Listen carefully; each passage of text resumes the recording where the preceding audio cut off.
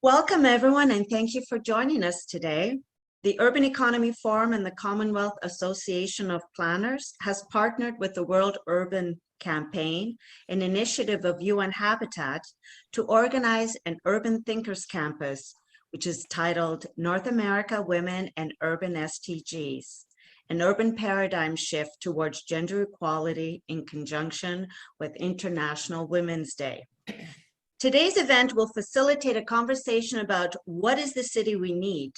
The city we need is about creating inclusive cities by mainstreaming women's and girls' equality in all aspects of urban planning, design, development, governance, and overall city life. This is critical to moving forward the new urban agenda and achieving the UN Sustainable Development Goals, and in this case, SDG 11, Sustainable Cities and Communities, and SDG 5, Gender Equality and the Empowerment of Women and Girls. We will begin by acknowledging that we are meeting on Aboriginal land that has been inhabited by Indigenous peoples from the beginning. As settlers, we're grateful for the opportunity to meet here, and we thank all the generations of people who have taken care of this land for thousands of years.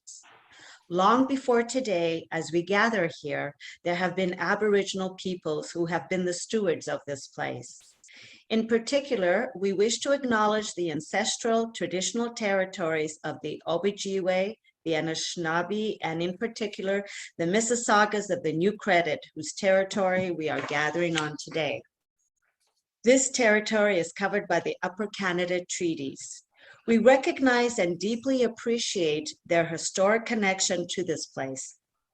We also recognize the contributions of the Métis, Inuit, and other Indigenous peoples who have made both in shaping and strengthening this community, in particular, and our province and country as a whole. As settlers, this recognition of the contribution and historic importance of Indigenous peoples must also be created clearly and overtly connected to our collective commitments to make the promise and the challenge of truth and reconciliation real in our communities, and in particular, to bring justice for murdered and missing Indigenous women, girls across our country. I would like to introduce to you Eleanor Mohammed, who is the president of the Commonwealth Association of Planners and co-chair of the UN Habitat Professionals Forum.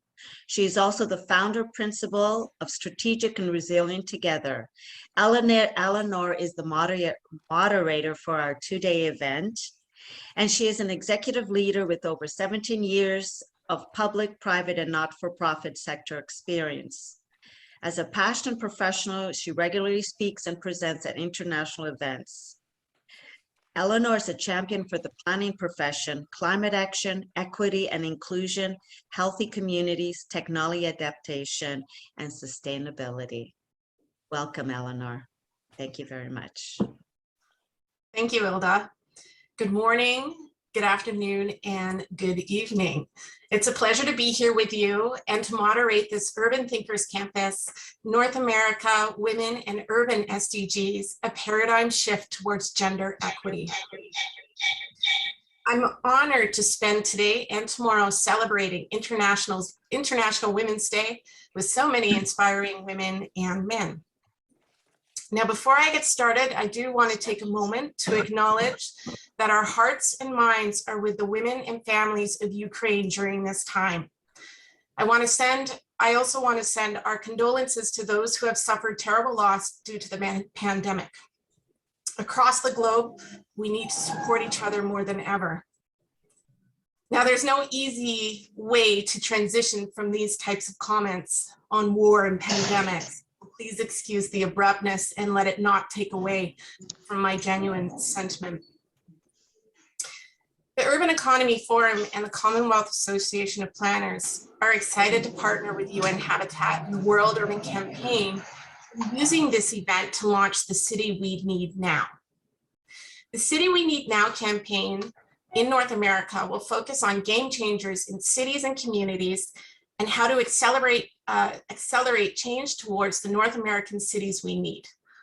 on the lead to the World Urban Forum 11 and this year's UN Climate Conference, COP27. The campaign will engage local government partners, the private sector, civil society, and grassroots organizations, urban professionals, researchers, and academics, women and youth groups, the media, and other relevant groups. The campaign will remind the world that North American cities are places of opportunities and accelerators where solutions can be found to face and address multiple crises. It will ask people how they can drive change in their cities. Christine Auclair from the UN Habitat and lead of the City We Need Now will be joining us tomorrow afternoon to share more about the campaign. Now, the purpose of this Urban Thinkers Campus is to provide an open space for critical exchange between all of us. It's also intended as a platform to build consensus between partners engaged in addressing urbanization challenges and proposing solutions to urban futures. So we've set up our agenda to include urban thinker sessions and roundtables to exchange these important ideas in action. We've set up urban labs to present and discuss new ideas, concepts, legislation, tools, and solutions, and plenary sessions to bring together the results of all of the sessions to keep all participants on the same page and to deliver key results to all. At the end of the event, we hope to have tangible outcomes and feedback for the World Urban Pavilion's Women's Secretariat, the World Urban Campaign, the World Urban Forum, and COP27. We will be diligently taking notes over the next 2 days. For housekeeping on our campus, I ask that all speakers stay within their allotted times. Please remember, if you go over your time, you're essentially taking away the voice from others on the agenda. As a moderator, I will ever so politely be intervening when your time is up. With that, I officially declare the Urban Thinkers Campus open. And we will now move to the Honorable Elizabeth Doddswell, Lieutenant Governor of Ontario, as representative of Her Majesty the Queen.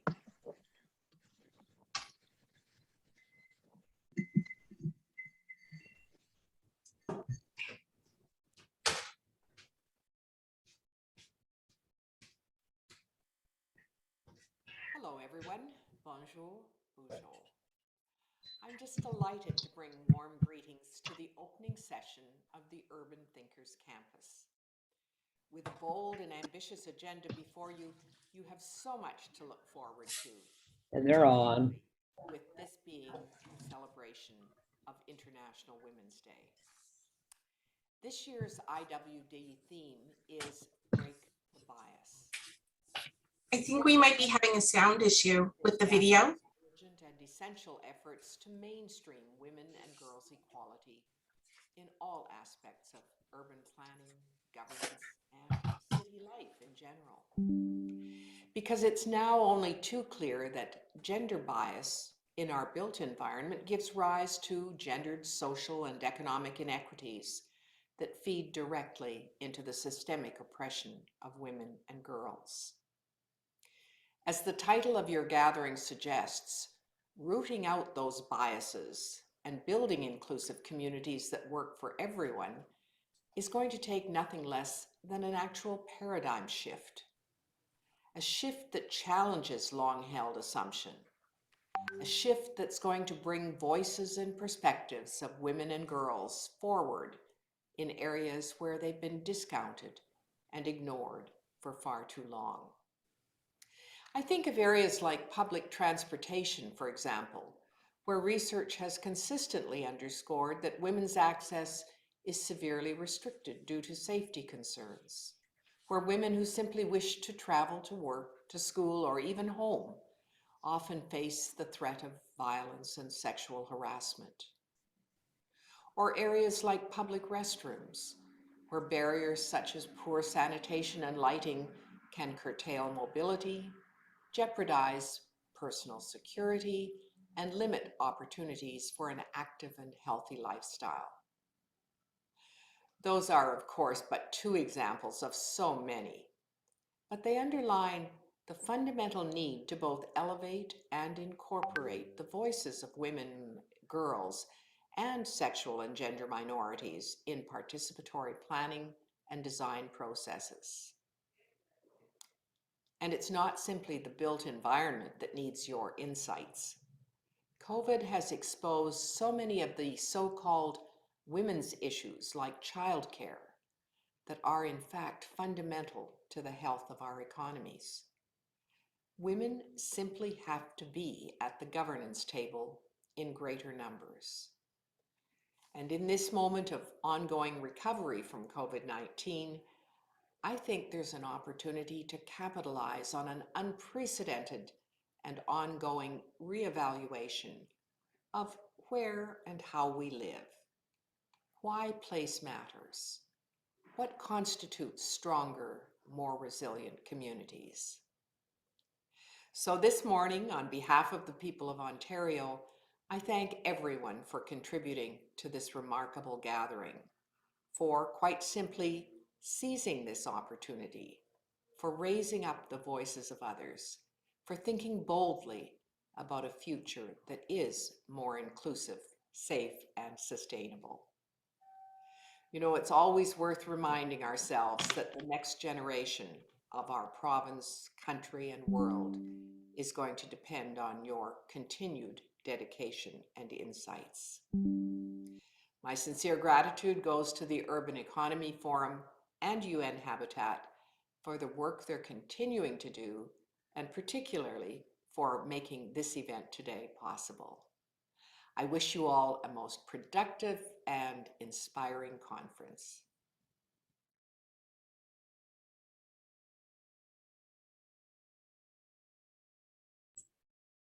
We will next move on to a video greeting from Maimouna Mohd Sharif, Executive Director of UN Habitat.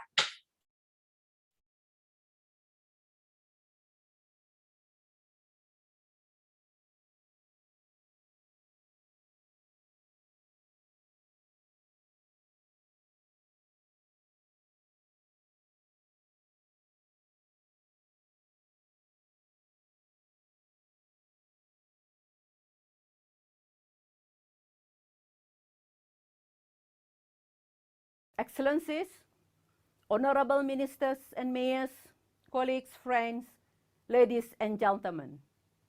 Firstly, please allow me to reiterate the Secretary General's call for an immediate cessation of hostilities and the return to normalcy in the territory of Ukraine.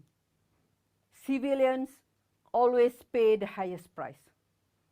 To the mayors and community leaders on the front line, my admiration for your courage and leadership during this difficult time.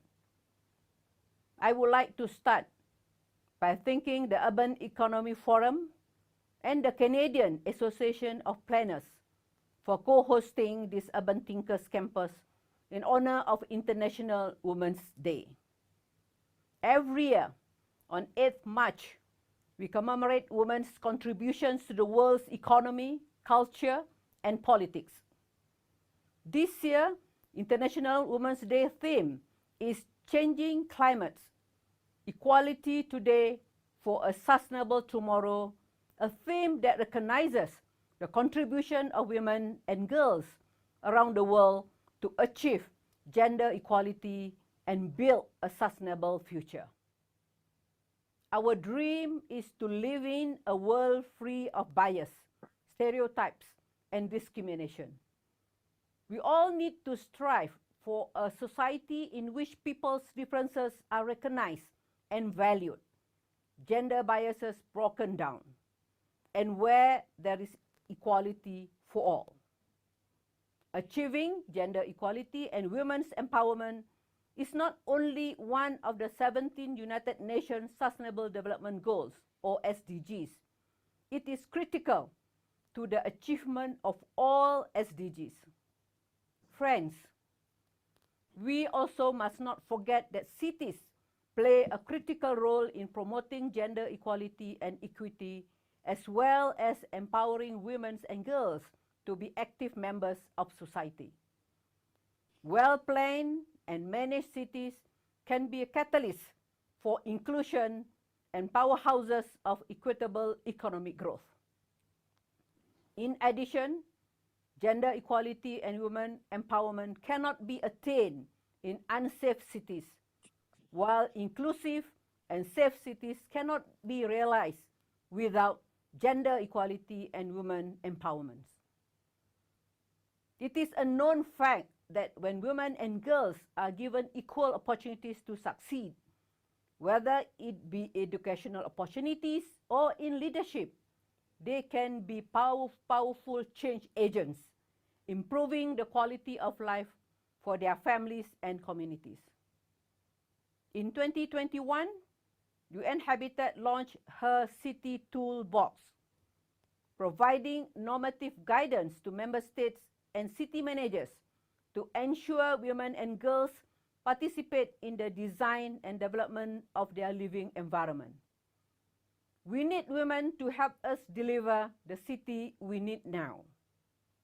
Finally, let us recognize the resilience, strength, and determination of women and girls in our cities, communities, and around the world as we celebrate International Women's Day.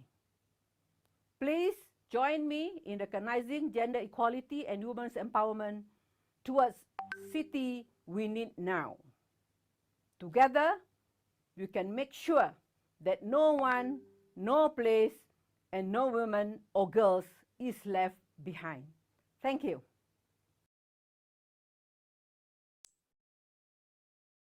Excellent comments.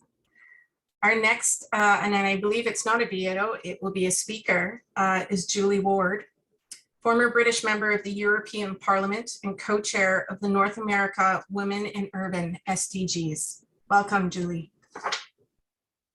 Thank you very much, Eleanor. I hope you can hear me. I'm on a very dodgy internet connection here, okay? I might turn my video off actually to enable a continued connection. It is impossible to be here today without saying something about the current conflict in Europe. I was in Kiev in the days leading up to Russia's illegal invasion of Ukraine, meeting a wide range of actors from civil society and the world of politics, including many women. These ranged from trade unionists, such as the Deputy Secretary General of the Miners' Union, to a young commander of a civil defense battalion. These women are also mothers, grandmothers, daughters, wives, carers, who had been working for a better society for everyone whilst balancing family commitments. And this is nearly always the case for women in every society, which means we bear the greater burden of caring responsibilities.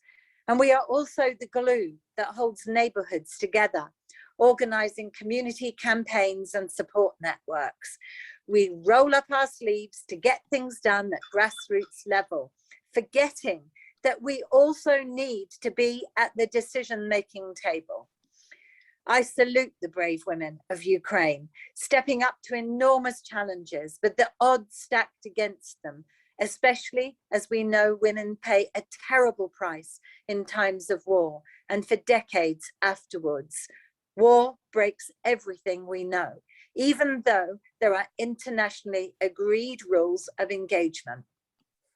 In Ukraine, 23% of the military are women, and this high percentage is replicated in the civil defense force, with women from all walks of life stepping up to the plate for love of their country and its unique culture. We see reports in our media of women learning to make Molotov cocktails in order to defend their homes against the second largest army in the world. These images challenge even our contemporary notions of women's work, which had at least publicly admitted women into the fields of science, technology, engineering, and maths. This notion of defense is one that I'm greatly taken with at present. And I'm speaking to you now from Iraqi Kurdistan, where I've been for the last week as part of an international fact-finding visit into Turkey's use of chemical weapons in the border region, which has resulted in many civilian deaths. And I'd like to say something about the Kurdish model of democracy as practiced in the autonomous region of Rojava in northern Syria and by the HDP political party in Turkey. It is a model based on defense against patriarchy and for Mother Earth. It is a form of ecofeminism that we desperately need right now, because the other existential war that we are all facing is climate change. In practice, this model uses a system of co-chairs and co-mayors, whereby men and women share power and responsibility equally. The Kurdish and Ukrainian women I know are engaged in defending their right to a better future. They and all the other women in the world who are fighting patriarchy and injustice deserve our solidarity. And North American women need to be in that fight too, as do Russian women. And I want to pay tribute to the Russian feminists whose open letter opposing the war on Ukraine is a poignant statement of sisterhood. Urban infrastructure is a prime target for an aggressor. And when the war is over, cities and neighborhoods will need to be rebuilt. It's hard to think about that now as bombs rain down on civilians, but we should be preparing our offer of practical support now. So over the next 2 days, I would like you all to think about how you, as North American women in all your diversity, can help promote peace and assist with post-conflict reconstruction. What can you offer as individuals, as mayors, councillors, elected representatives, as academics, activists, architects, artists, economists, and urban planners? The paradigm shift that the world needs right now is not one of division and competition, but one of collaboration and shared knowledge. And if you have climbed the ladder of success and broken through the glass ceiling, hold out a hand to others who are still on their journey, and especially those for whom the ladder has been kicked away by the jackboots of war. I wish you all a peaceful International Women's Day every day.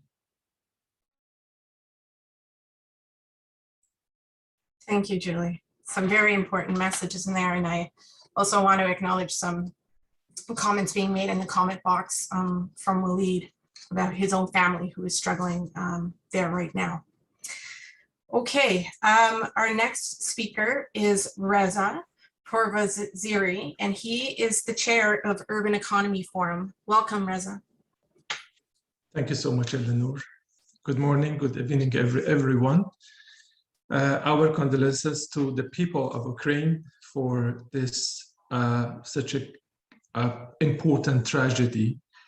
This is a difficult war. This is a tragedy for peace. They could have easily prevented this war. And we need global cohesion and kind of active role for United Nations in this regard and all the countries. We appreciate Commonwealth Association of Planners, especially Eleanor Muhammad for such a great support, and UN Habitat to run Urban Thinker Campus on occasion of International Women's Day. And we are thinking about shifting paradigm, and we believe women have a specific role in this regard. And we need to think about this kind of changing of and transformation of lifestyle. We can do it. We start a World Urban Pavilion to create global dialogue in this regard. That is a kind of strong channel between United Nations and Government of Canada. And we are trying to encourage other countries and cities to join us in this regard. We have two approaches in the pavilion. At the first approach, we are trying to create kind of global conversation and global dialogue that is extremely important to prepare foundation for practice. On the other hand, we try to develop some pilot project. We start from Regent Park in downtown Toronto, and we hope to extend to the other Canadian cities and then other countries. I believe this is your foundation, this is your platform. Please feel free to participate and share your idea, valuable idea with us. Regarding the Women Awareness platform on urban SDG, we believe women could have a key role as a front runner for this kind of urban lifestyle transformation. We need that. We need to start that now. And we need to involve all the family regarding thinking about changing, big changing, necessary changing, and transformation about lifestyle. I really appreciate all of participants, the speakers, to join us in this important event. And I hope we can have a tangible output. And I hope we receive your valuable comment on concept note of women on urban SDGs platform, and we hope to start a kind of real work together. Thank you so much.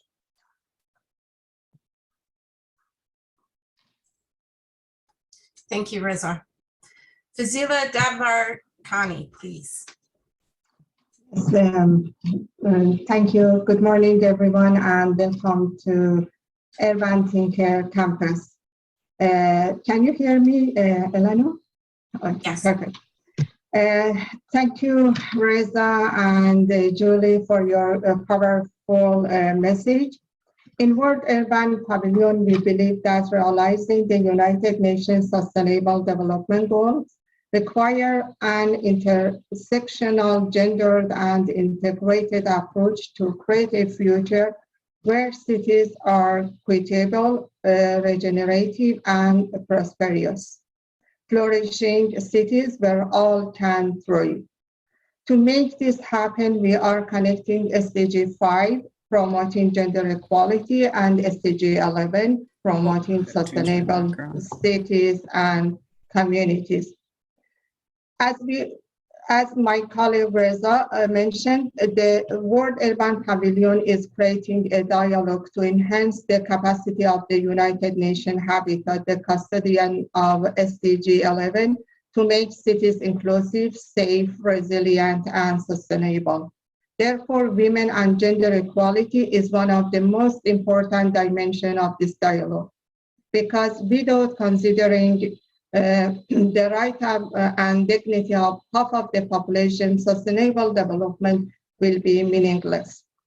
Our aim is to ensure that all citizens, regardless of their age, gender, and race, can have equal access to basic services, job opportunities, education, finance, and security, including ensuring women's access to land and property.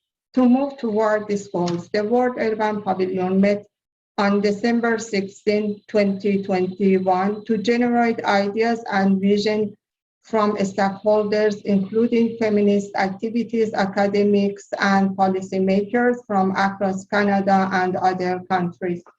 On the other side, during the decade of action, Canada has proven its pioneer role to lead the sustainable development movement, and many years of experience boost Canada's capacity to work with other member states and create an international coalition to legitimize the issue of the sustainability, including gender equality, justice-oriented development, and human rights, peace, and other areas of sustainable development. So in World Urban Pavilion, we created the Canada Pioneer of Urban SDGs program to closely address this issue and enhance Canada's position in implementing SDGs, particularly in urban areas.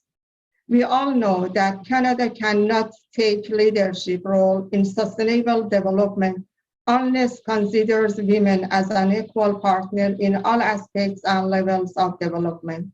Therefore, in order to apply gender-sensitive and inclusive approach in the program, we decided to initiate Canada Women and Urban SDG program under umbrella of World Urban Pavilion.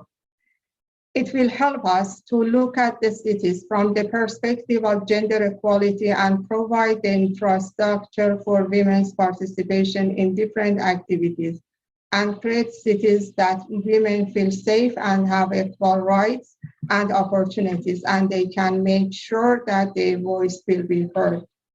To better proceed with this mission, we are going to establish the Global Secretariat as a part of Canada Women and Urban SDGs. This secretariat will be key for promoting the women and gender equality in pavilions, in all pavilions programs. It will provide direction and support in creating a national and global dialogue to implement program and projects, shift the current urban paradigm toward a gender-sensitive urban planning model, support inclusive governance to end gender discrimination, and apply gender approach in urban planning and local economies. This global secretariat tries to collaborate with the Government of Canada, including all related ministries, municipalities, non-governmental organizations, academia, and other stakeholders who are dealing with women and gender issues in the city context. Also, we are working with government and organizations of other countries as well. We welcome all of you to join us in this program, and we would be happy to collaborate with you in this new initiative. Thank you so much for your consideration. Thank you. Thank you, Fazila. We're now going to move on to our key speakers of this morning. If any of you have ever attended an urban economy forum event before, you'll notice sometimes that the speakers get shuffled. So in this case, Jay Pitter has let us know that something has come up this morning and Jay will be unable to attend, but we will, we're working with her in trying to figure out where else in the agenda we can fit her or a video. So we will move forward to Martha Pena. And Martha is the Outreach Director and Knowledge Production of the Secretariat of Agrarian, Territorial, and Urban Development in Mexico. She pre-launched the National Housing Program to grant adequate housing as a human right with the participation of the public, private, and civil society. Welcome, Martha. I'm not sure if Martha's here yet. I have sent 2 emails. And is Jan Peterson here? She is as neighborhood women. I'm Sri trying to help her. He is here. Okay, so we will wait. Thank you so much. So is it Martha Pena that you were referring to? Jan Peterson. She is around. She is on the participant list as neighborhood women. Oh, there she Okay, is. I think Hi. I just saw Jan waving, so let's introduce Jan. Jan is the chair of the National Congress of Neighborhood Women in Williamsburg, New York. She has spent her lifetime as an organizer with the mission of empowering poor and working class women to become community leaders on housing and neighborhood development issues locally in New York City, nationally and globally. Welcome, Jan. Apologies for the confusion. That's okay, but that's a little nerve-wracking when you're not prepared.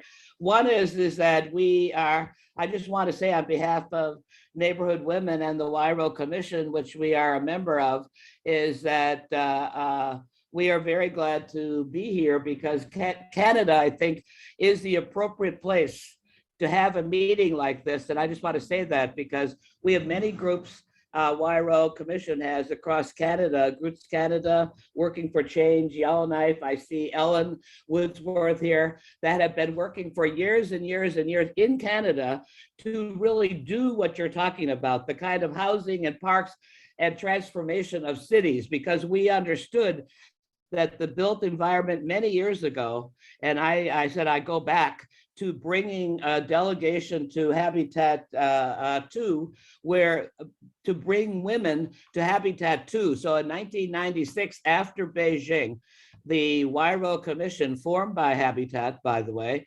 and other organizations, got together precisely because of what you're talking about today, that we need a new women's agenda, a women's agenda that goes beyond violence and equal rights, but goes into housing and the built environment and parks and basic services.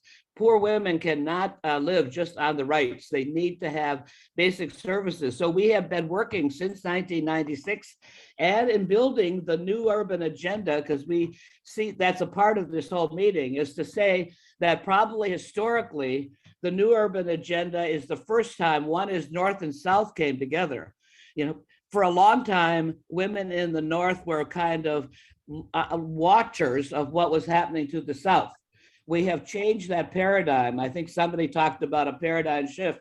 Well, one of the paradigm shifts is that the women in the North, in the SDGs, are a part of the whole thing. We're finally all together, whether we're grassroots or professional or what. Women have now come together and have a platform and an approach to putting our issues together, but we need to strengthen the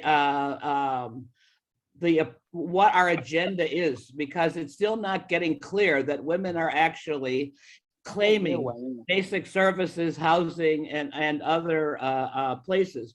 So I just want to say that we salute the SDGs and the new urban agenda coming together, the North and the South, and feminist women coming and joining with grassroots, because for a very long time, grassroots, when we talk about bottom up and new approaches, which is why we helped found the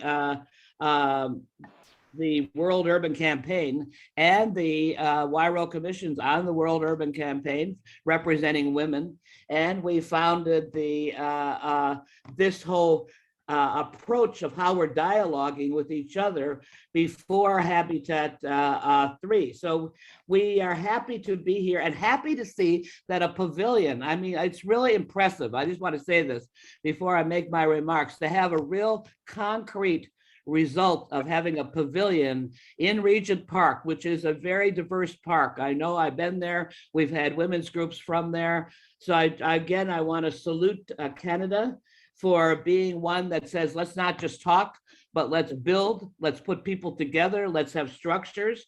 And to say that we have now the opportunity, because we are seeing in the world we're in for so long, poor women, and that's what we have been leading with Neighborhood Women and Wairo and Groots in North America, in the US and in Canada. We have women across the US and Canada who are working at the local level, but you don't hear it much, right? I mean, in New York City, they want to get rid of public housing until COVID came.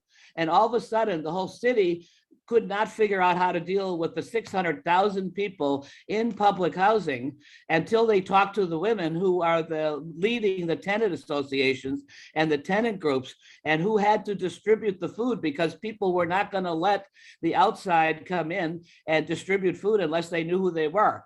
You know, so they had to, and all these women, and I've just watched this for the last 2 years, grassroots women in New York and across the world, because we are part of an international campaign on COVID from the bottom up. It's not from the second layer. You have to start at the community level. And these women for free are volunteering to distribute hundreds and hundreds of meals a day. And that is true across the world. So there has to be a new partnership going, just like caregiving. Have you noticed how caregiving is now on the global agenda? You think poor women and working class women and middle class women have not been doing caregiving for the last 100 and 200 years, but now it's on the women's agenda. So I know this is a very short there, but to say, when I look across Canada, and I think we want to say that one of the mistakes that in the North that we want to correct is that poor women are not clients. and I think you've been saying that in your speeches preceding mine, is that poor women are leaders and participants. We cannot have programs that are continue to clientelize.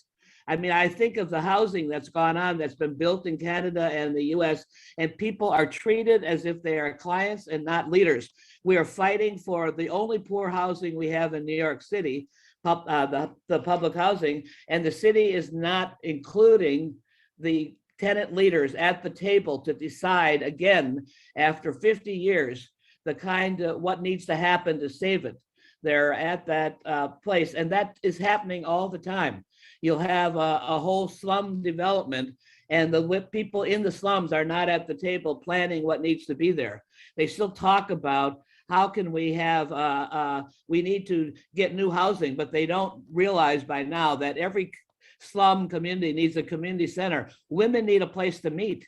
Women need a place to bring their children so they can organize and do what they're doing. This is a basic part of organizing, is to have a place to meet. It's not just about housing. And we want to emphasize that we are at that generation equality that UN Women has launched right now is a good place to bring some of the results of this meeting to it, because they are working also on the built environment and safer cities. We have many people from YRO Commission and grassroots groups that are part of the generation equality, and the CSW is coming up in a week or two. So we want to make that final link between the UN Women and UN Habitat and the CSW, and bring, and because we have a whole year now to really look at the SDG 11 and 5, which women really pushed to get. That was a hard organizing effort. So we have a real opportunity to emerge, and your event today, I think, will help, is to begin to bring these points together across the women's organizing efforts. The fact that the elected leaders, your professional leaders, we need everybody at the table to come up with what does this urban agenda, but it's not, as you know, it's not just urban, it's rural urban, because women, we can never just take one or two things. We always have to make it bigger, but it is a rural urban link that makes this really strong across the world. So thank you very much for inviting us to this event, which I think is so important. And I'm eager to go to Regent Park and see that pavilion, you know. So congratulations, Canada, congratulations, Habitat, and congratulations, the New Urban Campaign, for having another Urban Thinkers Campus, which I think is a wonderful model for having dialogues across the world. So thank you. Thank you, Jan. So many important points there in terms of connectivity and making sure women are at the table at all levels. Thank you. Okay, we're now going to move into one of our theme topics, which is women in housing. And our first speaker on that topic is the Honorable Leah Gazan, Member of Parliament for Winnipeg Centre, Canada. And Leah is a member of the Wood Mountain Lakota Nation, located in Saskatchewan under Treaty 4 territory, and is currently the NDP critic for children, families, and social development, as well as critic for women, gender equality, and deputy critic for housing at the Winnipeg City, or Winnipeg, it's not coming out this morning, Winnipeg Centre Parliament. Welcome. Thank you so much. I think you meant to say Winterpeg, and you would not be wrong. It's so good to come here to be with all of you today from Treaty 1 territory, homelands of the Métis Nation, to share a few words about women and housing. According to the Women's National Housing and Homelessness Network, just to give you a picture, because I know there's individuals from around the globe, 28% of women led households in Canada are in core housing need. 90% of families using emergency shelters are headed by single women. Single mothers in Canada raise their children in poverty, 21%. I represent a riding, the third poorest riding in the country. And I can tell you that we have a housing crisis in this country that is gendered, and it is targeted towards or more, and where homelessness is targeted toward, more specifically towards certain groups. This includes Indigenous peoples, where 42% of women living on reserves live in housing that is in need of major repairs. And on top of that, compiling the crisis is a crisis with our shelters. According to the Women's National Housing and Homelessness Network, approximately 699 women and 236 accompanying children are turned away from domestic violence shelters across Canada each day. We need shelters that meet people where they are at, that responds to the needs of diverse families and diverse genders. That is still not happening in Canada.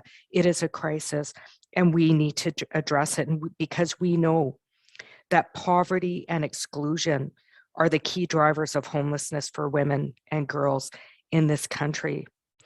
Currently in Canada, we have witnessed a crisis of violence against Indigenous women and girls, something that was likened to a genocide by our current Prime Minister. And we know, in terms of the calls for justice, that some of the key components to addressing this current crisis is to ensure that women have, for example, a guaranteed livable basic income. And we know, for example, that if we want to really deal with the crisis of violence against women, girls, and diverse gender, we need to ensure that everybody has access to affordable, accessible housing with rent geared to income. We use affordable very loosely in this country.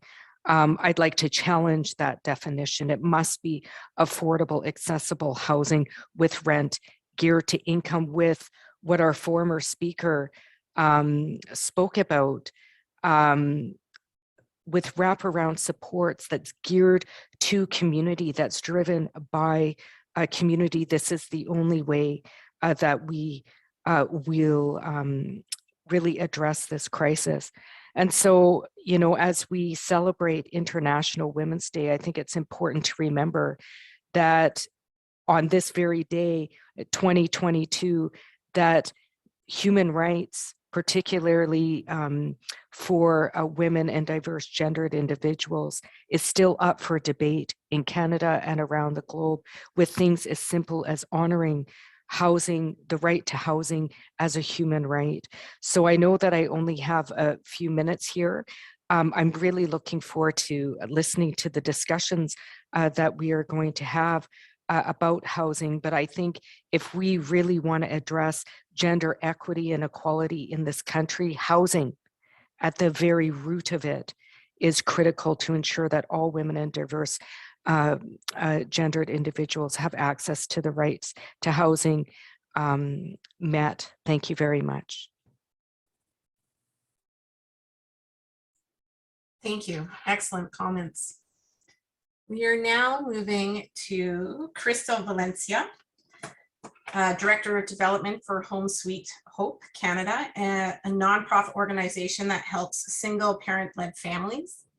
Crystal has a decade of experience on event planning and fundraising with various certification and memberships, such as the Certified Fundraising Executive, member of the Association of Fundraising Professionals, certified as Razor's Edge Professional. Also, she is a curator for TEDx Ottawa and the development assistant of UNA's Canada's Global Citizens Gala. Welcome, Crystal. Thank you for having me. And I'm just going to take a moment to share my screen. Bear with me.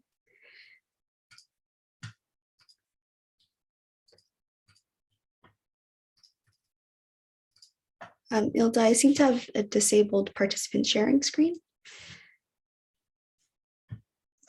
Sorry about that. I will share that right now.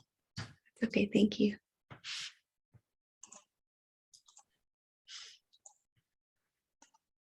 Okay, you can try now. Thank you. Can everyone see that? Great. So thank you again for having me. And just to start, imagine being a single parent with a child, and it's been 6 months since you've left your abusive partner.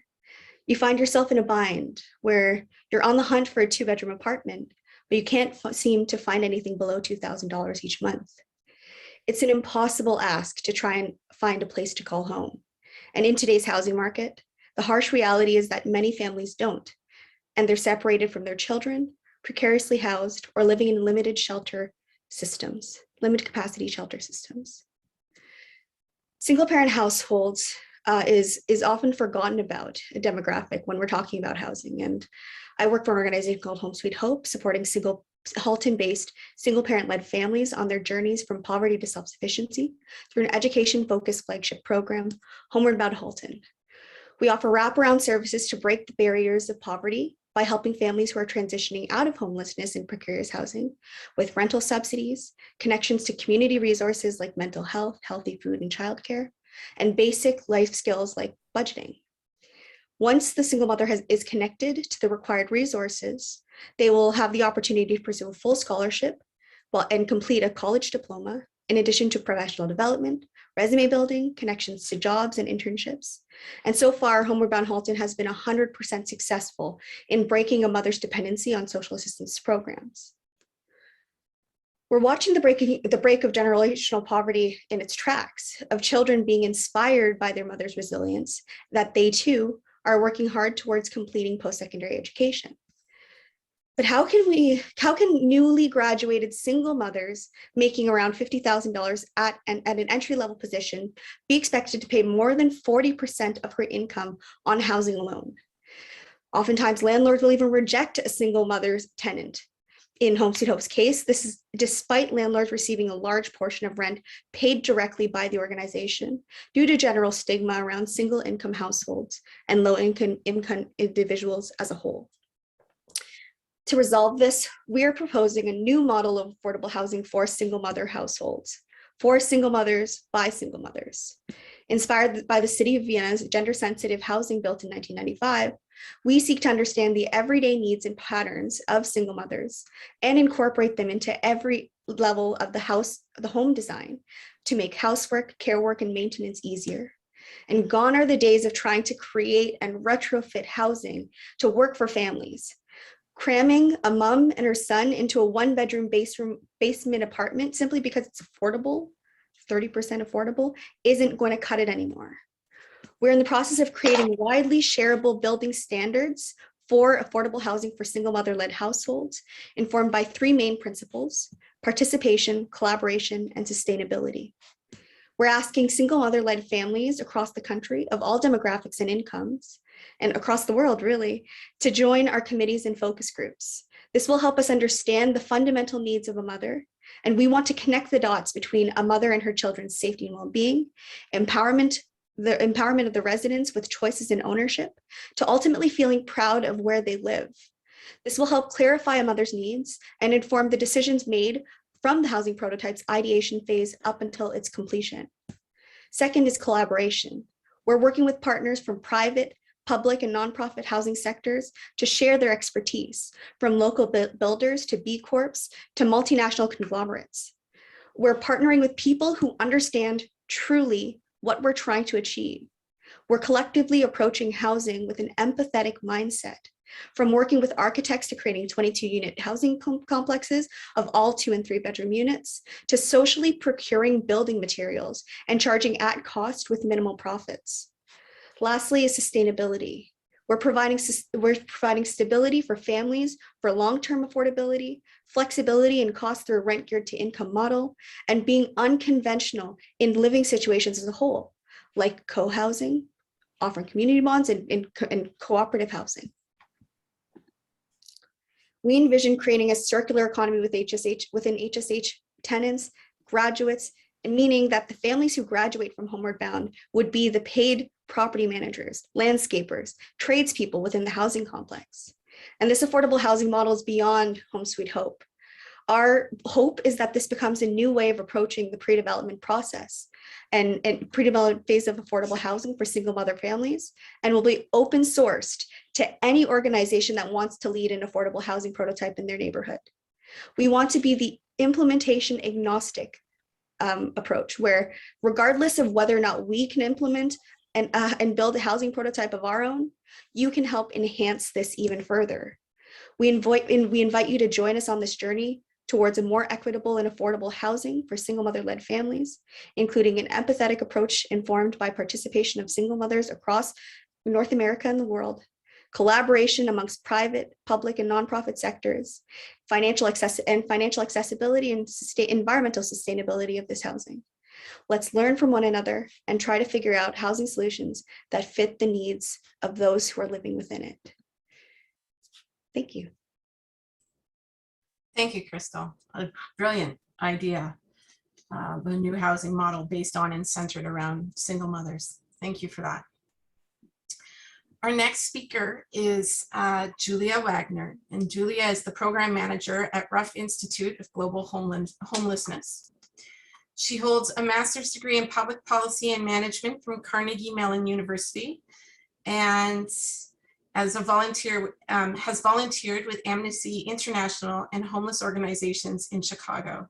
Julia has vast experience in data management for better decision-making. Now Julia is program manager, like I said, at the Ruff Institute of Global Homelessness. Welcome, Julia. Thank you, Eleanor, and it's good to be with all of you. I'm just going to share my screen.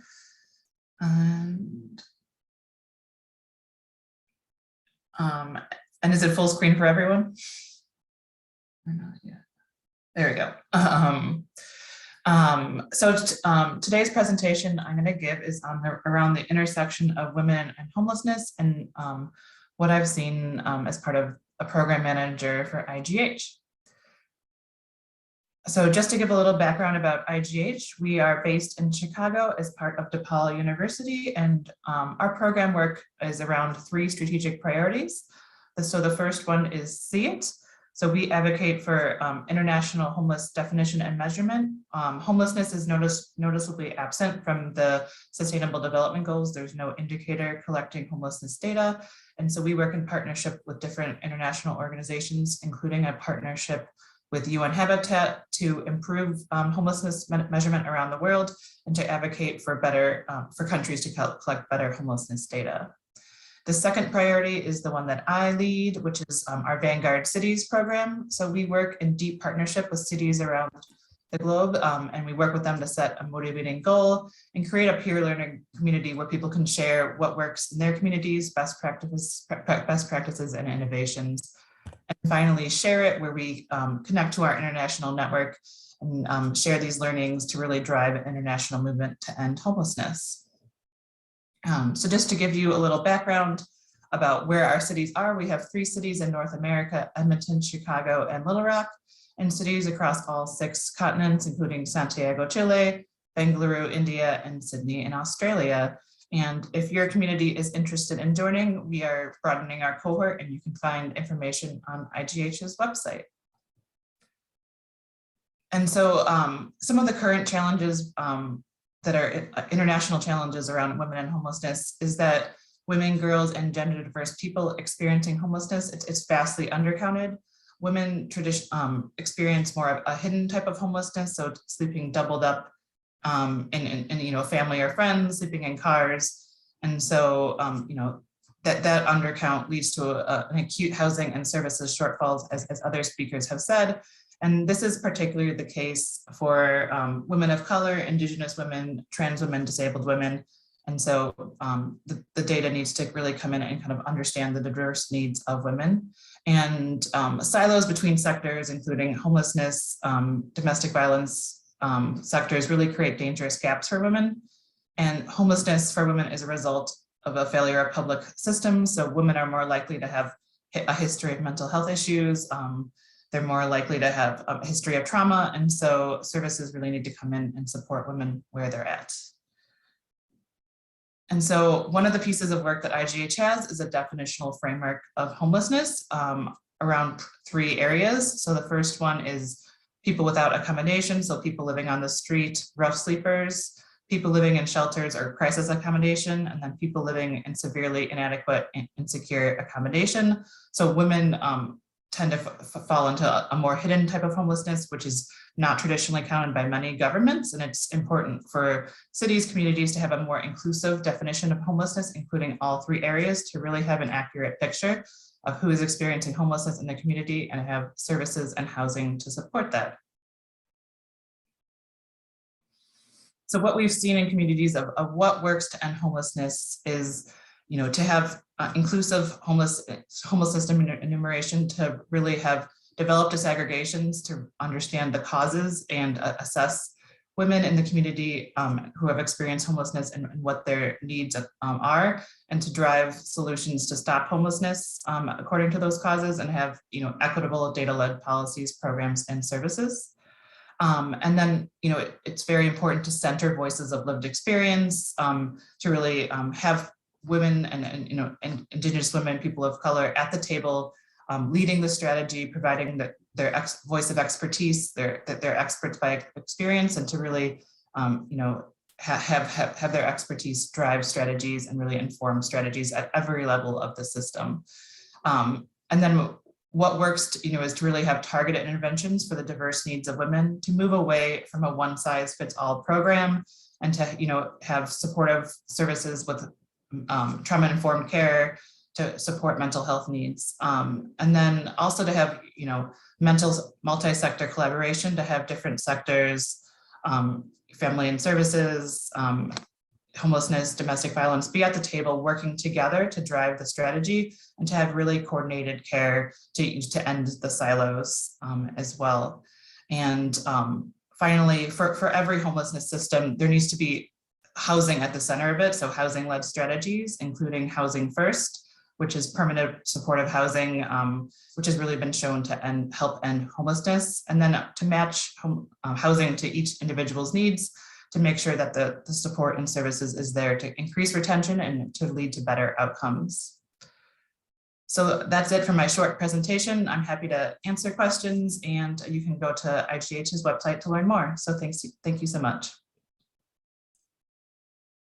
Thank you so much, Julia. If anyone has any questions for Julia, it might be best to type them into the comment box. And then Julia, if you have time, if you could type some responses, that would be wonderful. So we're moving on now to our next speaker, Glynis Buffalo. And Glynis is from the Sampson Cree Nation, Maskwacis Treaty 6 territory. And Glynis is the executive director of the Confederacy of Treaty 6 First Nations. She believes in the protection of inherent and treaty rights and sovereignty. She has extensive experience in traditional knowledge, community planning, provincial regional planning, municipal planning, environmental planning, strategic planning, and socioeconomic analysis. She is also a registered professional planner with the Alberta Professional Planners Institute, and a member of the Canadian Institute of Planners, and also a member of the Commonwealth Association of Planners. Welcome, Glynis. Hi, everybody. My name thanks, Eleanor. So I do want to recognize I am here in our Treaty 6 territory, and there's, with the time I have, there's, I guess, 3 points that I want to make in terms of women in housing. The first thing is this, like the whole, I agree with the last speaker about this homelessness definition, on First Nations. So I have 6 sisters and I have 2 brothers, and, we all have families. And growing up, I haven't, I've lived in Edmonton for a long time. I haven't lived with my family, my sisters and brothers, for a long time. But in Maskwacis, some of my sisters still live together with their families, and because of shortage of housing resources, all the things that you hear about funding. And so there's 3 families, but like the trap we're in is it's not viewed as homelessness for 3 families living in a home because they're not homeless, right? But there's no opportunity there. Like there's no additional housing. you know, sometimes there's almost a bias. Well, they have somewhere to live, so they don't need a new house, right? Even though families, you know, the families need a new house. So like, you know, like there's just different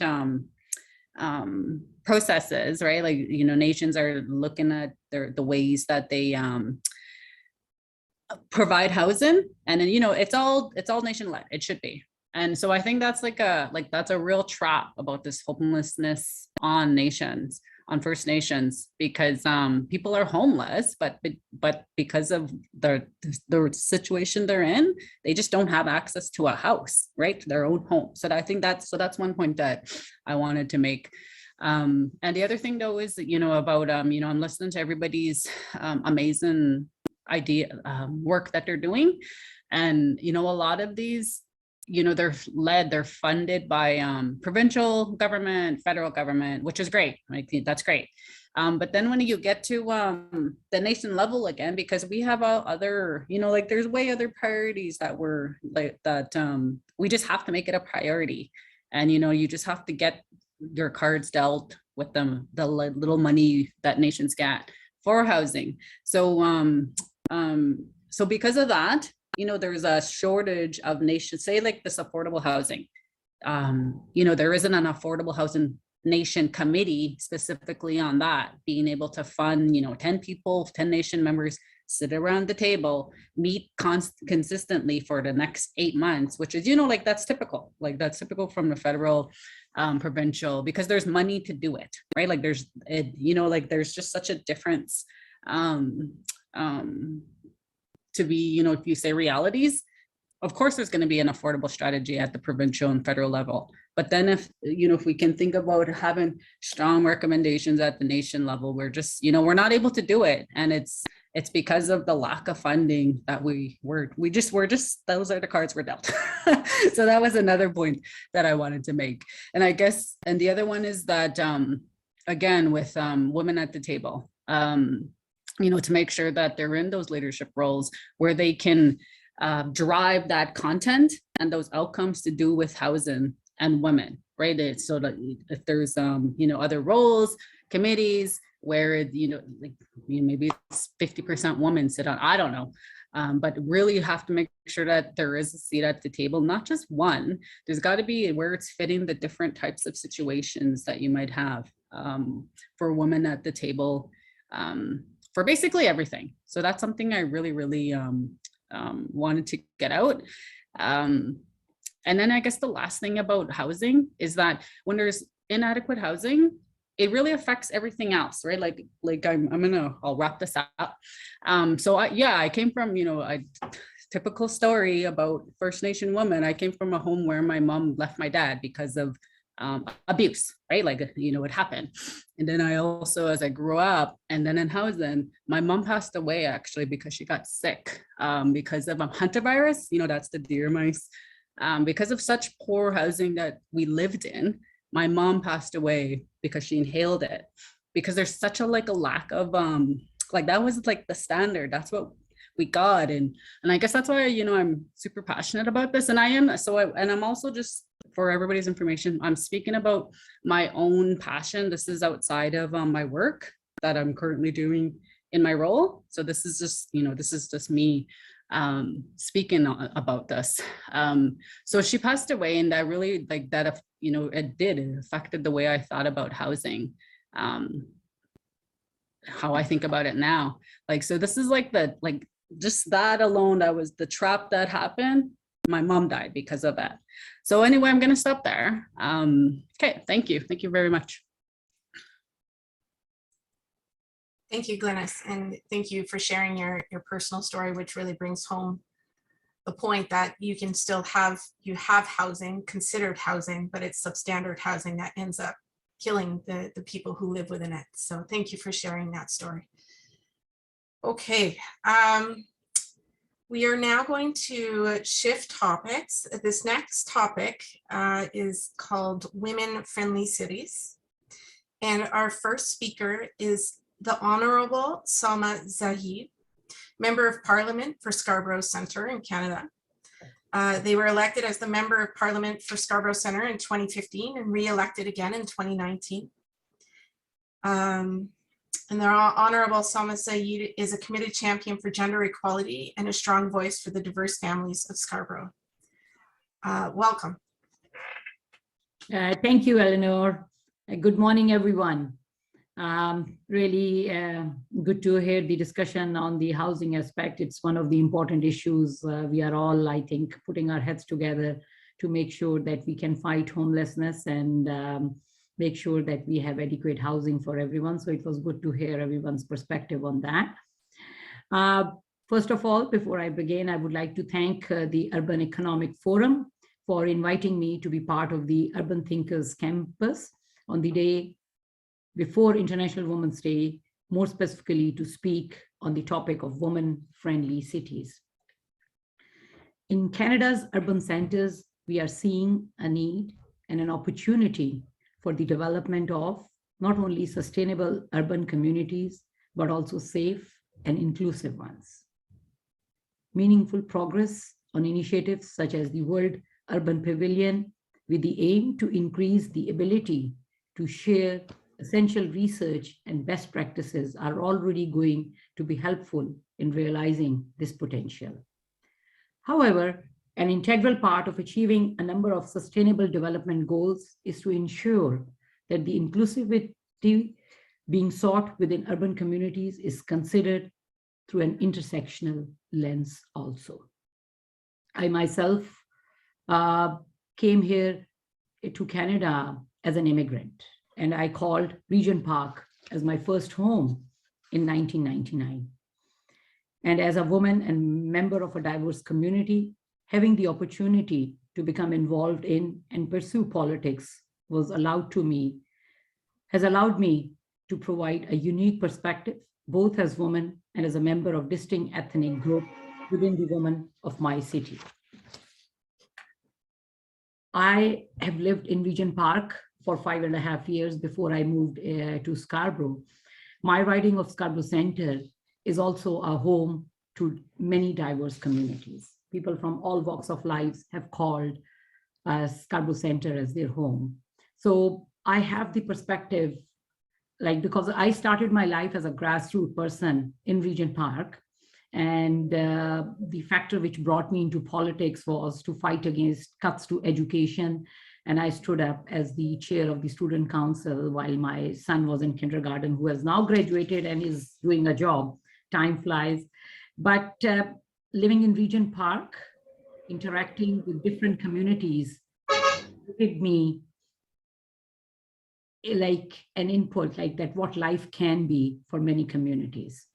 So having worked as a constituency assistant in Toronto Centre, I saw firsthand the issues which people face. So I think whenever we are planning in regards to urban cities, it is really very important that other than gender equality, we provide an intersectional lens also. I'll just give you one example that many Muslim girls will not go for swimming programs if they are for both men and women together. Many parents would not send them. So we have to be very sensitive to the needs of the individuals, the need of the ethnic groups. When I was the chair of the Parent Council in Regent Park, the principal brought this issue to me that many Muslim girls from grade 5, 6 are not going for swimming. They say that we would not. So I explained to him that the reason is that it's a combined boys and girls swim class, so the parents would not allow them. So I think I'm just giving you that as an example that when we think of the facilities, when we think of what we need to develop, I think we have to make sure that the cultural sensitivities are considered as we plan for big cities. So this is my experience. The greatest benefit of increasing participation and inclusivity of women in all levels of decision-making and planning. We must ensure that while seeking broader inclusivity for women, that we include diversity amongst the women engaging in these roles. Another example of this is that depending upon the country of origin, economic standing, sexual orientation, or level of dependency on family, women in any city will encounter fundamentally different systemic barriers compared to those from a different background. In the recent pandemic, we saw job losses across a number of industries. Women were not only disproportionately affected by this, but also found themselves struggling to reintegrate into the job market as it recovered. Much of this was owed to difficulties re-entering the workforce without things like reliable childcare. Additionally, the rise in unemployment during the pandemic disproportionately affected racialized communities, as their employment and economic vulnerabilities was higher than that of less ethnically diverse communities.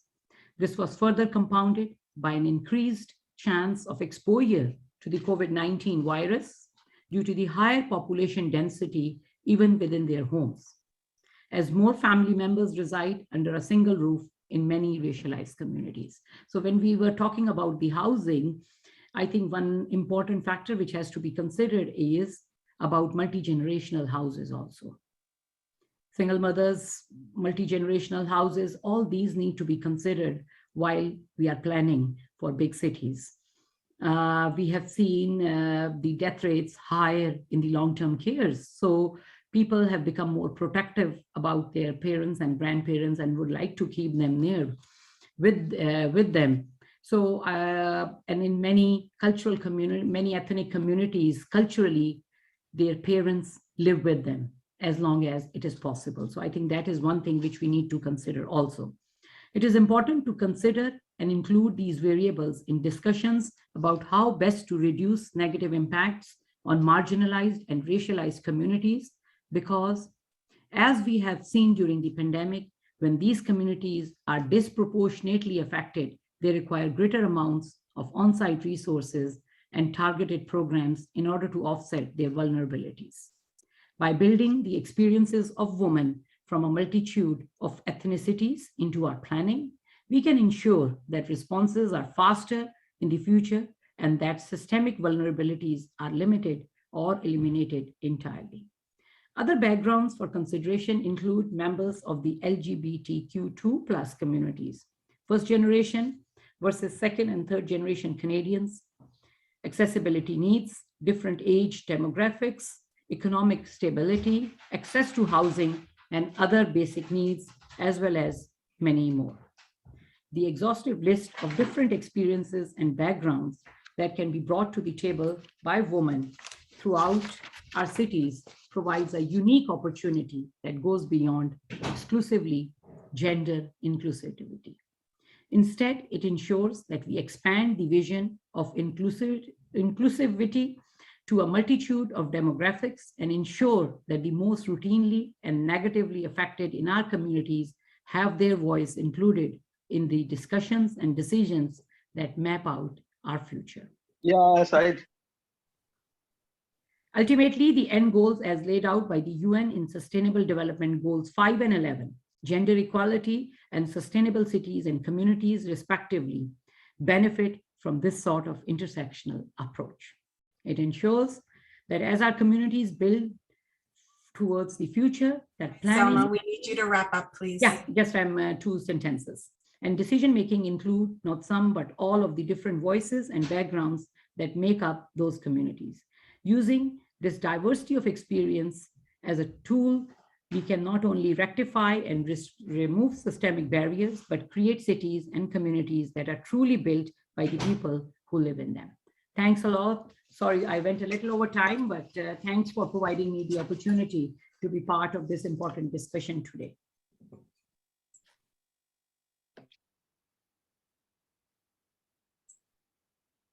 Okay, perfect. So our next speaker, as mentioned earlier, sometimes we have to shift things around with our agenda. So this next speaker, we're just moving from further down the agenda, up the agenda.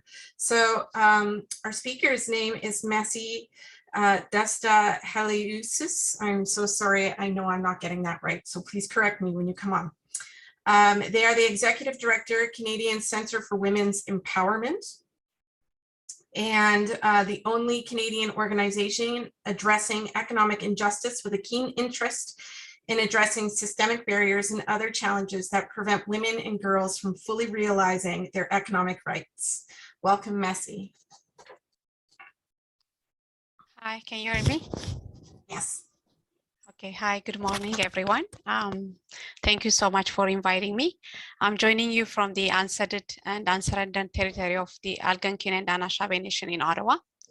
So economic empowerment for women and girls is the heart of sustainable development goal. Without economic opportunity for a women, many of other SDGs like education, healthcare, decent work will not be achieved. And especially the economy of Black, Indigenous, and gender diverse community in Canada is largely, being ignored, and they continue to live in poverty, poor mental health, and experience also high levels of violence in both private and public spheres, and also accessing employment, housing, public service also very challenging due to social norm and discriminatory work policies. So violence against women specifically, I'm going to kind of share you about the economic aspects of violence, which is a hidden, underreported, and under-recorded form of violence, which affect close to 95% of gender-based violence victims. So this form of violence is very hidden, and because of lack of systemic, support and also lack of infrastructure, many women are, impacted. And then it's also it affects also many of women, to thrive and to succeed because of the systemic issue behind that. So we have seen that many of gender diverse and racialized community are struggling to access even their own economic resource during this pandemic. So of course, there is a great progress has been made across Canada to prevent gender-based violence, increase female participation in the workforce at all levels, and also to create more inclusive environment. But still, we need to create inclusive, safe space for a woman to grow, prosper, and participate, effectively in developing their cities. My organization right now, we are working with a number of cities across Canada. They recognize economic abuse and economic injustice, but we need to see the cities promise into action. So the action starts from maybe allocating funding and then to conduct more research and understand women issue. So cities must create an ecosystem for a woman to access affordable housing. It's already mentioned, because lack of affordable housing also keeps gender-based violence survivors and victims with the perpetrators, because it's very hard for them to live out that situation and then afford. That's also another reason women, they go back to their perpetrators. And also healthcare, education, social service has to be also, accessible. And access for employment opportunities is also very critical. Specifically the transportation, we need to have a safe transportation, system for a women to live a peaceful relationship, also to rebuild also their economy. So lack of those economic resources, we have seen that it really, really affects women in many ways, and that affects also their children. So the first step of creating women-friendly city is to get to know women's needs, specifically those people who lives in poverty and also who have, different socioeconomic barriers like, Indigenous, Black women, and also gender diverse community. So we need to understand their need. We need to understand also their priority. So following this step, gender sensitive strategic plan and performance program should be prepared in the city. So gender sensitive budget has to be also allocated in order to mitigate the impact of those kind of problems. So the participation of women in planning process is also very crucial, specifically those minority women in many ways, and make their voice to be heard. And also we need to create a platform for a women to rebuild and to prosper in the future. So economic justice for a women means transforming women's work and removing the structural barriers. This will not happen without systemic transformation. Without removing those barriers, we cannot survive and we cannot thrive. So ensuring women economic is not the right thing to do, but also it's the smartest thing to do for a woman to fulfill their economic right. And this helps to ensure economic sustainability in place. So economic empowerment and security is all about, providing opportunity for a woman to work, to lead, to heal, to thrive, and to access of some of the basic essential, services. They are also, expand their business. We have seen specifically those people who is impacted by gender-based violence. They have a lot of wisdoms, they have a lot of resilience. We have seen during this pandemic, but we need to create also a trauma-informed and sustainable economic empowerment platform. So we need to work on inclusive market, enterprise development, financial inclusion, and also unpaid care and decent work. This is a huge challenge, specifically in Canada with many racialized community. And then, of course, my organization right now, we are developing a trauma-informed economic empowerment initiative that assists women to succeed and to thrive, specifically those who is impacted by gender-based violence and economic abuse. I hope decision maker will continue to support any economic, justice initiatives to develop sustainable economic and inclusive policy. Thank you so much. Thank you, Messi. Some great points that you have in there. Our next speaker up today for today is Christine Hagel, member of the advisory committee, the Global Alliance of Waste Pickers, and associate professor of anthropology at Western Connecticut State University. Christine teaches courses on women, work, and power, and her research focuses on discard reclamation labor, value transformation, and the uneven effects of capitalist modernity. Welcome, Christine. Thank you so much, and thank you so much for having me today. This is a wonderful meeting. I'm going to share my screen. I assume I have permission to do that.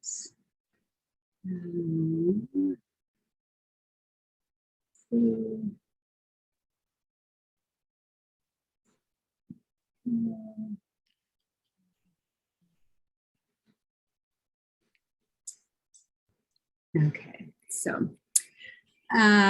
so yes, thank you again for inviting me today. And I'm going to be talking today just for a couple of minutes about urban informal waste workers in the United States.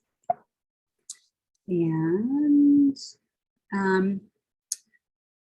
just to lay out a couple of bits of background, the International Labor Organization estimates that 1% of formal work is in the waste sector. In other words, of 2 billion estimated informal economy workers who don't have legal rights and protections, 20 million of those are waste pickers and processors. And at least half of these are women. This is a waste picker in Latin America at a waste processing site. She's part of a workers' collective. According to the international NGO WIGO, which stands for Women in Informal Employment, Globalizing and Organizing, with whom I do some consulting and work, waste pickers supply the only form of solid waste collection in many cities around the world at little or no cost to municipalities because they do this work independently. Waste pickers contribute to the prevention of marine waste pollution and significantly improve landfill diversion and recycling rates. And yet, despite their positive environmental contributions, waste pickers remain a marginalized worker population. So although waste pickers in other parts of the world salvage many varieties of discarded materials to sell for recycling, in the United States, most waste pickers focus on single-use cans and bottles that are worth 5 or 10 cents because of bottle deposit systems or bottle bills. They are known as canners or binners in Canada. There are 11 US states with bottle bills that cover single-use carbonated beverages and water, including New York State, where I'm located. And there are between 8,000 and 10,000 canners in New York City alone, and likely over 100,000 of these workers across the United States. Most do this work on foot. They travel around their local neighborhoods with carts. And in New York City, they earn an average of only $18 per day. There's a large disparity between the amount of labor input relative to earnings, which affirms that many canners are coping with extreme poverty. Many are elderly. Many are also immigrants without the legal right to work in the United States. And a significant number cope with housing insecurity, physical and mental health issues, and addiction. Most women canners in New York City use their earnings to support children, spouses, and extended families.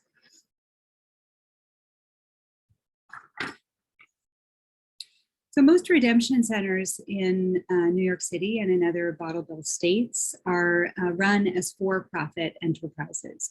But there are 2 nonprofit community-based redemption centers in the United States, one of which is Sure We Can in New York City, who I collaborate very closely with as a board member. And I also contribute to research into community development activities at Sure We Can.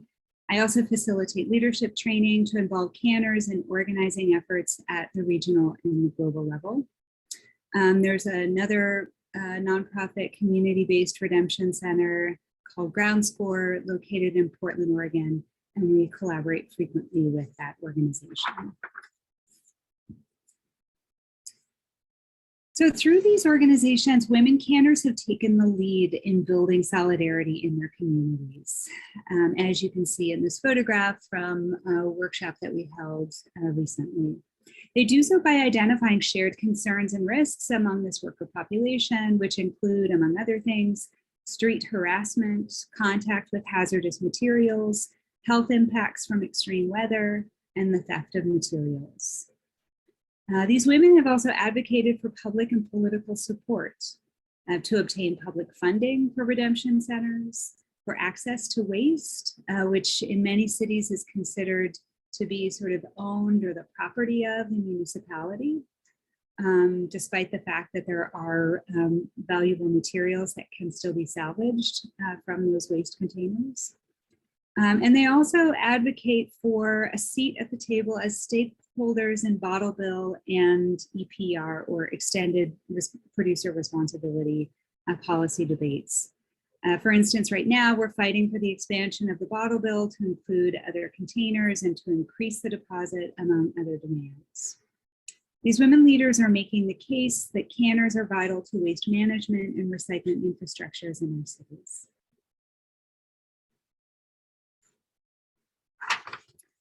Both Ground Score and Sure We Can are members of a North American network of waste picker organization, alongside 2 Canadian organizations, one of which is the Binners Project in Vancouver and Les Valoristes in Montreal.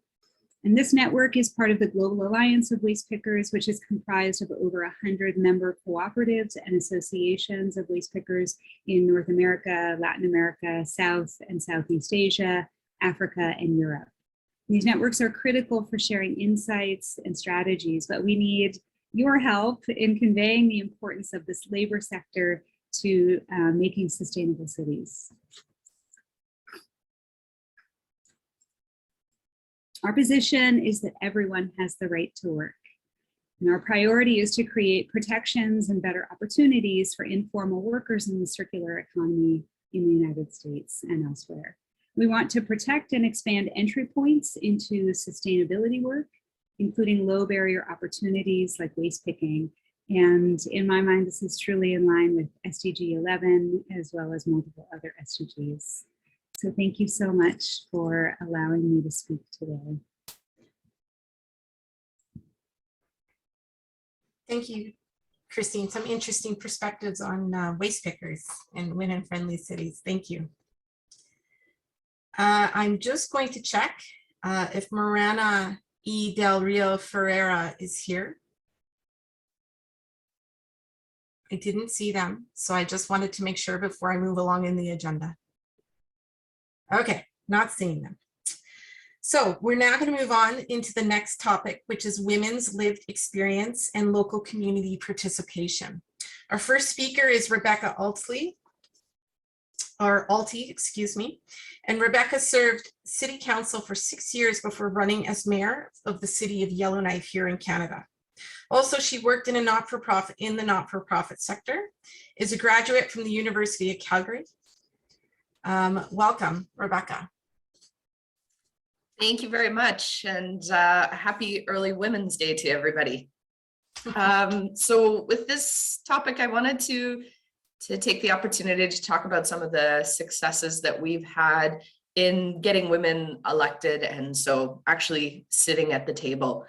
And first, I'd like to acknowledge that I am speaking to you today from Chief Dragi's territory, which from time immemorial has been the traditional land of the Yellowknives Dene First Nation.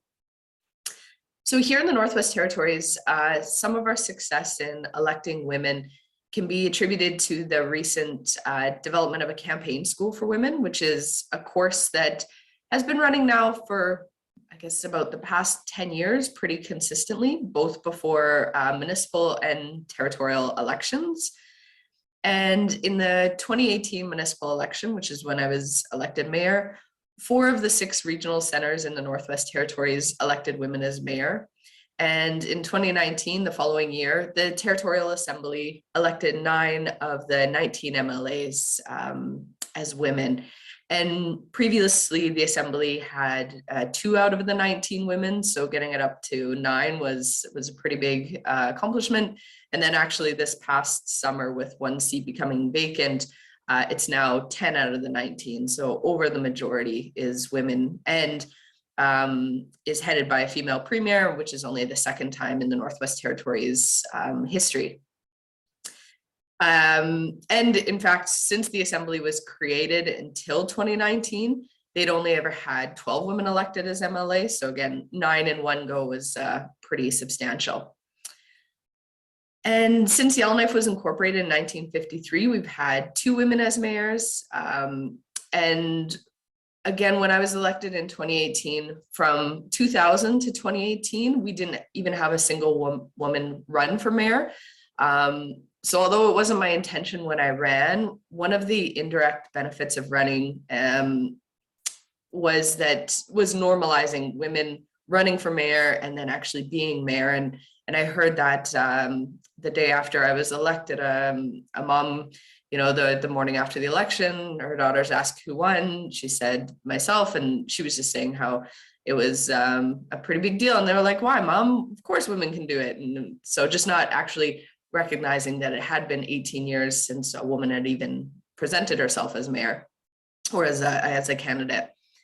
So it is important to have women on the ballot, because otherwise we can never elect a woman, and that's where the campaign school comes in. The benefit of the campaign school, so just as a bit of background, it's generally a 2 or 3 day, but it can be divided up into evenings, and it's an opportunity for women to learn about, you know, how to fundraise, how to have effective materials and stuff to be successful in the campaign. So I do find the benefit is twofold.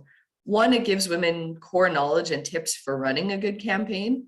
But the second and equally important point, I think, is that it creates a network of women in the community who can help each other during the campaign. So for a lot of people, they may be coming and they're thinking about it in the future, but they want to start wrapping their heads around it. So they're able to connect with a woman who is running in the next election and help her on her campaign and really get that lived experience and, you know, tips and tricks when they present in the upcoming elections. And of course, for the woman running, we always need more volunteers and campaign support. So definitely beneficial.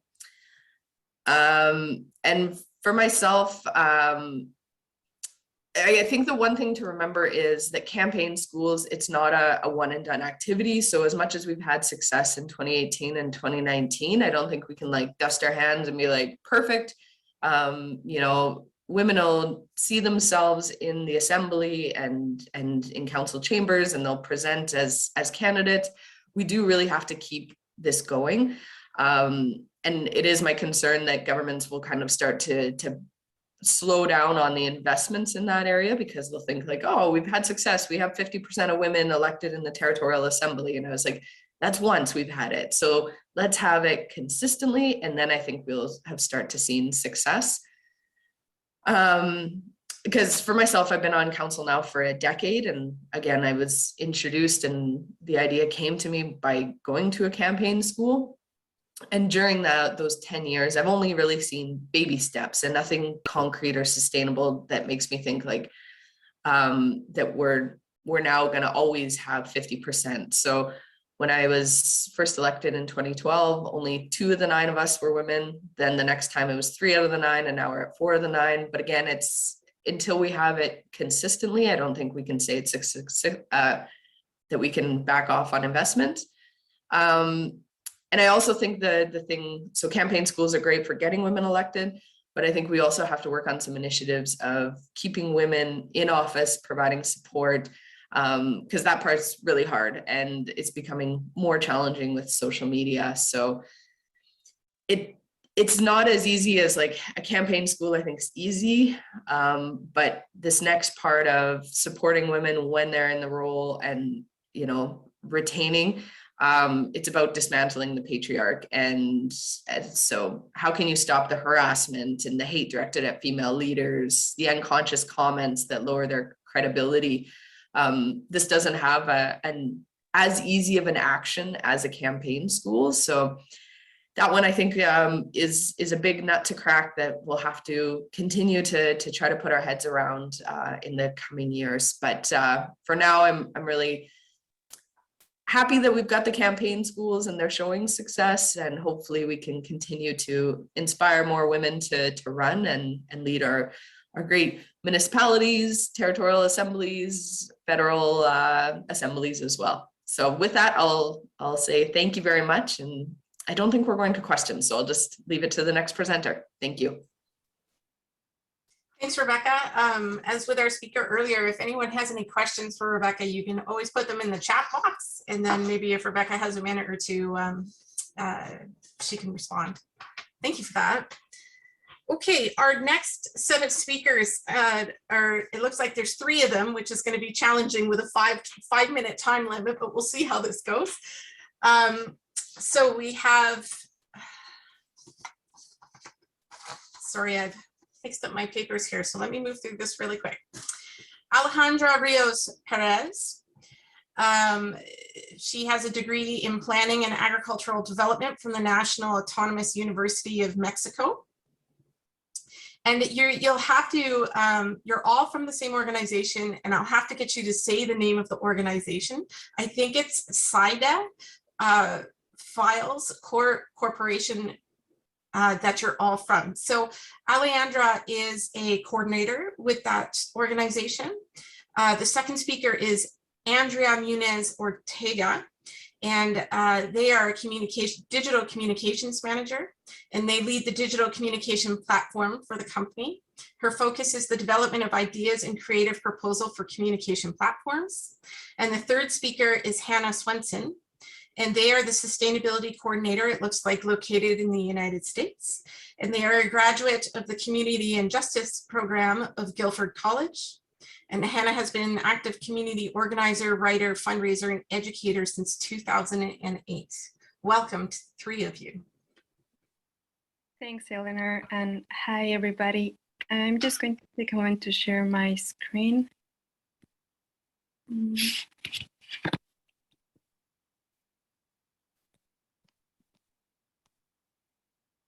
Okay. Okay, well, first, we are grateful to be here this morning to have the opportunity to share our work and represent CIDE. CIDE is a Mexican grassroots organization investing in women as leaders of sustainable development in their communities. And in today's presentation, my colleagues Alejandra Rios, Hannah Svensson, and I would like to share about women's lived experience and local community participation in Hidalgo, Mexico. In the area we currently work, the state of Hidalgo, located in central Mexico, Indigenous women face social, economic, and gender inequality discrimination. The state of Hidalgo is the 6th most marginalized state in Mexico. In education, women average a 4th grade education and over 30% are illiterate. In connectivity, 0.01% of homes have a computer and most have limited electricity, phone signal, and internet. In a survey of female colleagues, 95% of them relate that they confront violence in their homes and schools and face discrimination in their communities for being women and or for being indigenous. They live in rural and isolated areas that are not recognized as problem solvers or income generators. But we know that women are the majority, not only in the region, but in Mexico and in the world. Women are vital to our families, our communities, and to preserve our cultures and our traditions. Women are drivers of social and economic development. We are leaders in local progress through our roles as protectors of rights and the law. And we know that we are powerful, capable, willing, and strong, and we are the key to sustainable development. So our work empowers Indigenous women to lead change in their communities, to be the leaders and businesswomen they are, and are seen by peers as having an impactful voice in their communities. Now my colleague Hannah is gonna. Thank you so much, Andrea. My name is Hannah Swenson. We are up for the challenge of an under 5-minute presentation, so I'm going to jump in. The programs that we're working on this year emphasize 3 different levels of impact. We obviously start with the personal. How do you make a sustainable impact in any community, personal and group development? Then we move into the roots, the community impact, what can ripple out from a personal perspective. Then we speak of the flowers or the blossoms of that community and personal impact is a paradigm shift in the region and beyond towards women's equality and reduced inequalities across the board. Can continue, Andrea. Thank you. 4 of the initiatives that we are working on through CDE, which stands for Psychology and Human Rights, is the first would be Bordamos Juntos, which is a weaving together initiative. A lot of the women in the region are artisans, traditional embroidery and weaving. We'll actually send the link in the chat to the Etsy shop where you can support and at least look through some of the textiles these women are producing. Bordamos Juntos came as a demand from the local communities during COVID, during lockdown, where no one was able to sell any of their textiles. And the original kind of avenue for commerce, which we call coyotes, folks that come to the region to buy and then sell the products in more urban areas, were essentially shut down. Cuando Amanece is a program that we're just wrapping up now, which was a seed fund to 19 different communities in this rural mountainous area. The seed fund gave women the opportunity to mobilize projects based on what they saw as needs to address in their communities. So community gardens, we had animal husbandry, we had a group that opened a nail salon and hair salon. Across the board, women were able to learn how to develop their own projects, facilitate, lead them, and then measure the impact of those projects. Now in 2022, we've launched Tech para Todos. We're really excited about some of the partnerships that we have that are enabling us to bring satellite internet to different communities, hopefully solar powered satellite internet. We're in the process of launching the kind of fundamentals of technology, and then from there, tech literacy programs. And then our final program, which is our big ambitious program that has just begun, the Sierra Madre Network, I'm used to saying it in Spanish, Red Sierra Madre, is a 3-year incubation program for these communities to lead their own women-led cooperatives. So we're in the process of 3 years of development of that, emphasizing a lot of education to begin, and then facilitating the needs and demands of the women leaders in their own cooperatives. I believe Alejandra will explain a bit more in the next slide. We're on track here. Adelante, Alejandra. Gracias, Hannah. Bueno, yo voy a hablar en español. Actualmente nosotros en CIDE estamos trabajando en la segunda etapa de nuestro programa multianual y creemos que lo podemos resumir en este video. Entonces, adelante, Andrés.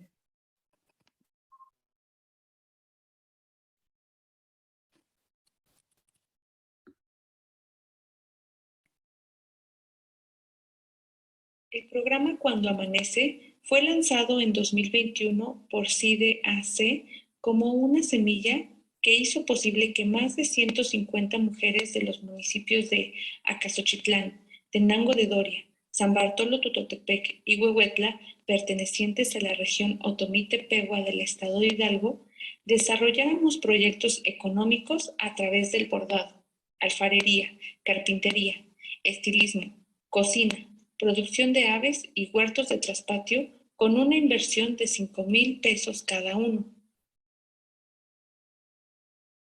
El programa ha generado productos y piezas de uso, consumo y comercialización dentro y fuera de la región. Pero, ¿qué sigue? Sabemos que vender estos productos es complicado y que los revendedores son un obstáculo para que nosotras tengamos mejores ingresos por nuestros productos. Es por eso que durante el 2022, SDGs lanza el programa Red Sierra Madre. De una semilla se convierte en raíces, que busca dar seguimiento a los grupos formados en Cuando Amanece mediante talleres, capacitaciones, pláticas y experiencias grupales para crear una red de cooperativas en la región que ayudarán a impulsar nuestras iniciativas y a comercializar a un precio justo nuestros productos y servicios elaborados, empoderándonos económicamente y mejorando las condiciones de vida de nuestras familias. Este año, con el programa Red Sierra Madre, mediante la escuela cooperativa, aprenderemos cómo se organiza, administra y crea una cooperativa.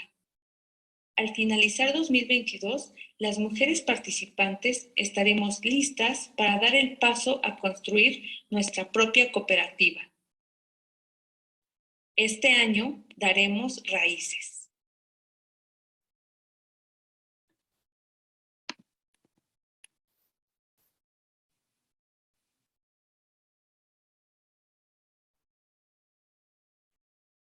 I think that's where we end. Thank you so much. Muchas gracias por estar aquí and for having us here to speak. Thank you. Thank you, everyone. Some great projects there. Okay, we have another duo of speakers here. Sarah Tahir and Pavira Sulanthar, who are residents of Regent Park. Sarah is the program coordinator and administrator of the Regent Park community. She conducts outreach to women-led initiatives and partners with other women leaders across Toronto. She also designs and coordinates at-risk youth programs that build their interpersonal and communication skills for a better job. Pavitra holds a master's degree in business administration from Bangalore University, India. And currently she is the community coordinator at Regent Park and has initiated a resident project for to empower women. And I will take the space again. If I mispronounce anyone's names, I apologize in advance, and please feel no ways about correcting me as soon as you get on here. Thank you so much. Welcome, Sarah and Pavitra. Thank you, Eleanor, for the lovely introduction. Good morning, everyone. And yeah, I am Pavitra Sulanthar, the coordinator for Regent Park Neighborhood Association. It is a resident-led association which is made up of both Toronto community housing and private market condominium residents. And my co-presenter is Sarah, and she is the administrator and coordinator for a resident-led organization which is called as Healing is One, as you mentioned. It supports various youth-led initiatives in Regent Park. And thank you once again for inviting us to participate on this international platform to share our story of residents' experiences living through social housing experiments. Let me take this opportunity to welcome you virtually to Regent Park, the home of the World Urban Pavilion. Regent Park is located in downtown central Toronto. It is a melting pot of cultures with over 10,000 residents, where over 30 ethnic languages are spoken. Currently, Regent Park is undergoing the largest social housing revitalization in North America, which started in 2006. This physical transformation is accompanied by a social development plan, which was developed in 2007 through community consultations and was revised in 2018. The goal of the social development plan is social inclusion and cohesion, which are key elements of a healthy and vibrant neighborhood. This goal aligns well with the Sustainable Development Goal 11, making cities and human settlements inclusive, safe, resilient, and sustainable. As a new immigrant, I was welcomed to the new Regent Park community and got engaged in many ways. See, this created an opportunity for me to learn more about the community's history and the current development challenges it is going through.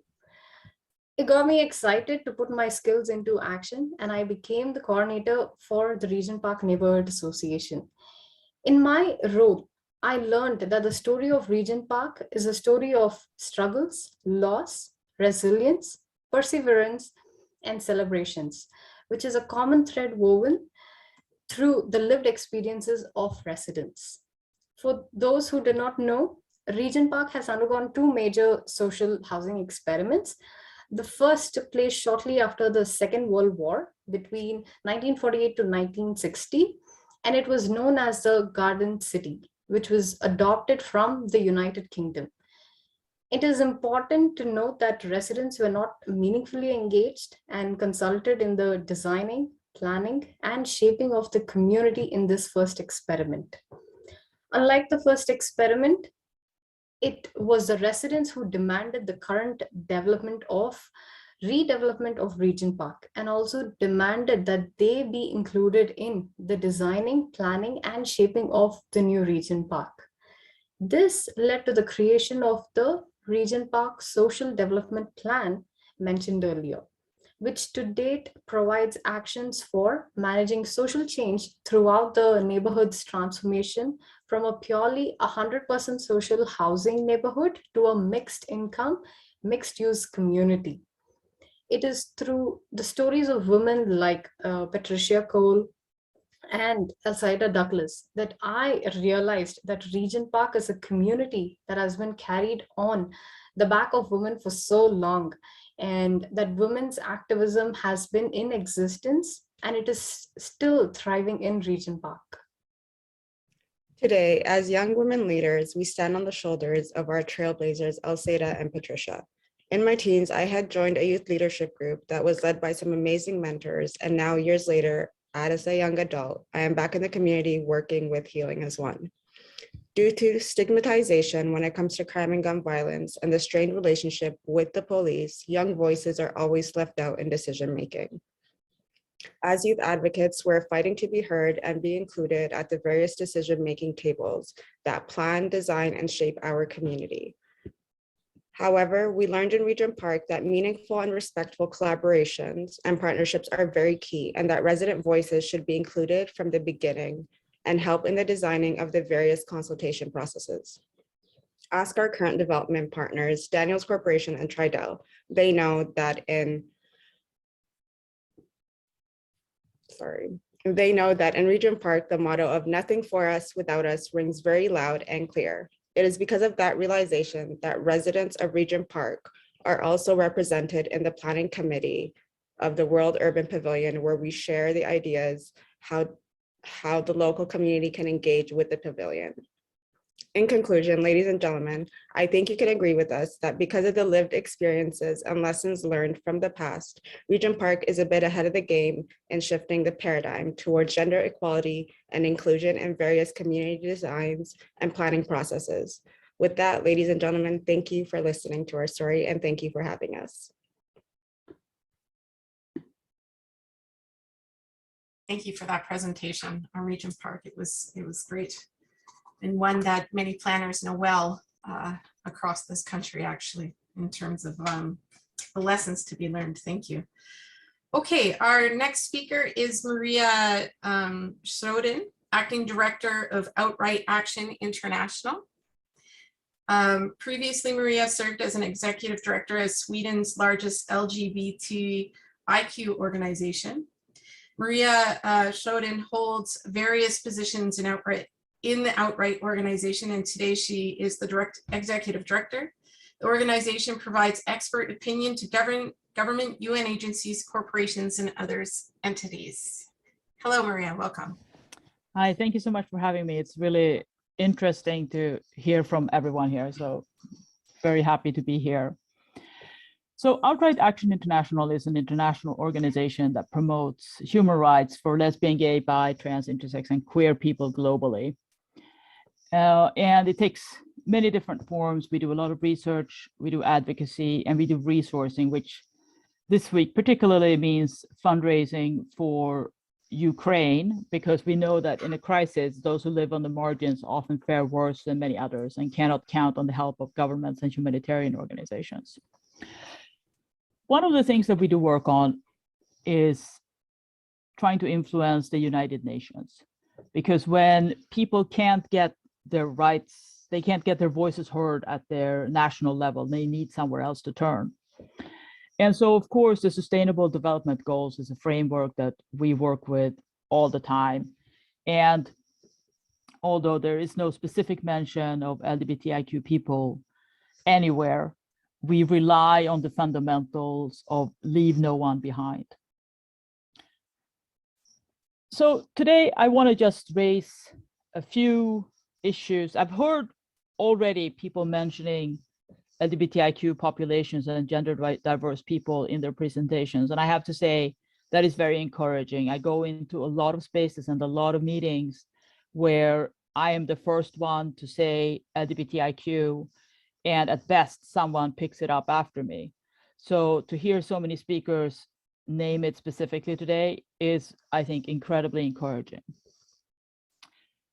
So when I started preparing for this presentation, I thought about the idea that LGBTIQ people for such a long period of time have, in many cases, been drawn to the cities, that migration to cities, because for so many people, it has been the idea that we search for people who are like us. I think in a lot of people who grow up belonging to a minority, they grow up in a context where other people around them are also like them. If you're a religious minority or an ethnic minority, for example, your family, in many cases, also belong to that minority. For LGBTIQ people, that is typically not the case. So for many of us, we sort of start a journey where we want to seek out other people who are like us. And that for many includes migrating to cities. This, of course, leads then to, in many cases, a lot of different issues. Homelessness has already been mentioned. I was encouraged when IGH already stated that gender diverse people are undercounted. And I think in the cases where homelessness, especially among LGBTIQ youth, has been counted, the numbers are horrifying, including from New York City, where I currently live. The research shows that there are nearly a 10 times higher number for homelessness for LGBTQ youth than for other youth. Of course, any homeless youth, it's a failure, I think, for society, but these numbers are staggering. This sort of led me then into thinking about affordable housing. It is documented that lesbians, in many cases, earn a little bit more money than straight women. But of course, when you then put two women together, potentially in a household, they still make a lower combined income than a household consisting of a man and a woman. This is just the income inequalities in the world today, where women are paid less for the same kind of work. So affordable housing then also becomes an important issue for LGBTIQ people. I would be remiss if I didn't mention the violence that many of the LGBTIQ communities face, especially when it comes to trans people. In the US, it's been documented that trans people are over 4 times more likely than cis people, cisgender meaning not people who are not trans, to experience violence in forms of rape, sexual assault, and violent assaults. And this is, of course, also something that needs to be considered. And then there is one thing that I also want to say that relates to life in the city, and that is nightlife. As someone who rarely goes out, I live in New York City, I mostly stay in my apartment in Brooklyn. I don't even remember the last time I went to anything that was called a club. But that said, something that's been documented in many parts, in many different cities around the world, is how what used to be a thriving nightlife for LGBTQ people no longer exists. And I have to specifically call out the lack of lesbian bars. They've all closed in city after city. And this is, of course, is a part because they are being pushed out for, lack of by more profitable adventures. And of course, again, coming back to the sort of the lower income of women who live together. And why, may you ask, why is nightlife such an important part? Well, that comes back again to the sense of community. That is where many of us go to meet other people who are like us. And I think this, I've heard this as a thread through many of the presentations today. We find community in different ways, but we have to ensure that those community spaces exist.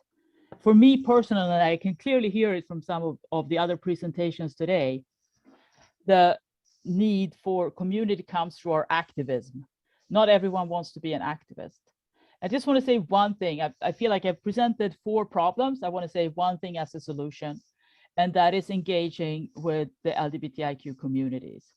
So with the organizations, because that's how you're going to find the solutions. And I want to just encourage everyone, all the allies who are here today, because I heard it in your presentation. So just keep that work up. Thank you very much. Thank you, Maria. One quick question of clarity, LGBTIQ, what does the I stand for? Intersex. Okay, I'll put a link in the chat. Thank you. Just a little different than the term we often hear in Canada. That's why I thought I would ask that question. Okay, so thank you for that, Maria. Our next speaker is Tanya Turner, and Tanya is the Executive Director of Fondo Similas of Mexico. Tanya has a master's degree in political and social studies from Universidad Nacional Autónoma de Mexico. She works as a program monitoring and evaluation analyst. Welcome, Tanya. Thank you very much. Hi, everyone. Thank you for inviting me, for listening, and for bringing this important discussion to the public agenda, including the voices of women of the Global South. As Dolores Hayden, Melusina Faye Pierce, and Charlotte Perkins identified back in the 19th century, industrial capitalism had created a deep bridge between men and women in terms of access to public life. One pillar of this, the urban environment and the lack of planning taking on account women and girls. The physical separation of household space from public space and the economic separation of the domestic economy from the political economy were fundamental characteristics imposed to women, and with that, also the wrong idea that as women belong to the private space, they aren't allowed to decide about the public space. Without the perspective of women in planning urban life, we are now living in such individualistic apartments in which we do not even know the people who live next door. We live in cities in which we have to run from one border to the other to get to the office, pick up our children from school, spend hours in the traffic because nothing is planned, to be friendly to the fact that we all have to jump between our professional and domestic lives all the time, especially women. But it is worse for women in the Global South, women in the margins of the cities. It is worse for indigenous women displaced or in transit. It is worse if you are living with the scarcity, if you do not have a formal job, if you live in an insecure neighborhood. All these women have less probability to have a daycare center near home or near their jobs. At least in Mexico, it is most likely that they will not have social security, so they will have to pay for daycare. If they can't pay, that it is the majority of the cases, they will have to let kids alone at their homes, or get help with family or neighbors. They also will not have it easy to get food once they are coming back from work. Besides, for all women, but more for those who live in violent contexts, as in Mexico, in which the average of feminicides is 9 women assassinated every day, before getting out, there are always questions to be responded. Where I will be going and how I will get there. Will I pass through an insecure space? How do I dress to not be disturbed or not so much? Will I be more secure on the bus or in the subway? Do I have enough money to get a cab in case I feel threatened? At what time I will get back? All these questions are our daily reality, and we take decisions in terms of our security because cities are not planned for us. Fondo Semillas, the feminist fund which I represent, is currently supporting more than 160 organizations around Mexico, supporting their participation and voice to access to public space, have economic autonomy, resist to displacement and contamination of their communities because of extractive industries, among others. As the Center for Human Rights Victoria Diez says, for women to leave the cities, we need cities that take care of us, cities that let us take care of ourselves as well as take care of other people. Thank you very much.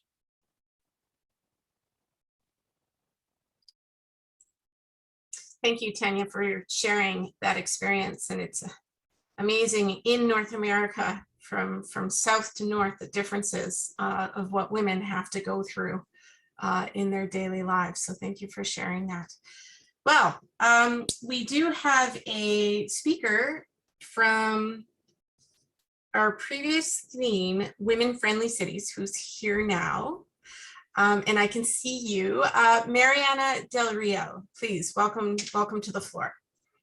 Thank you very much.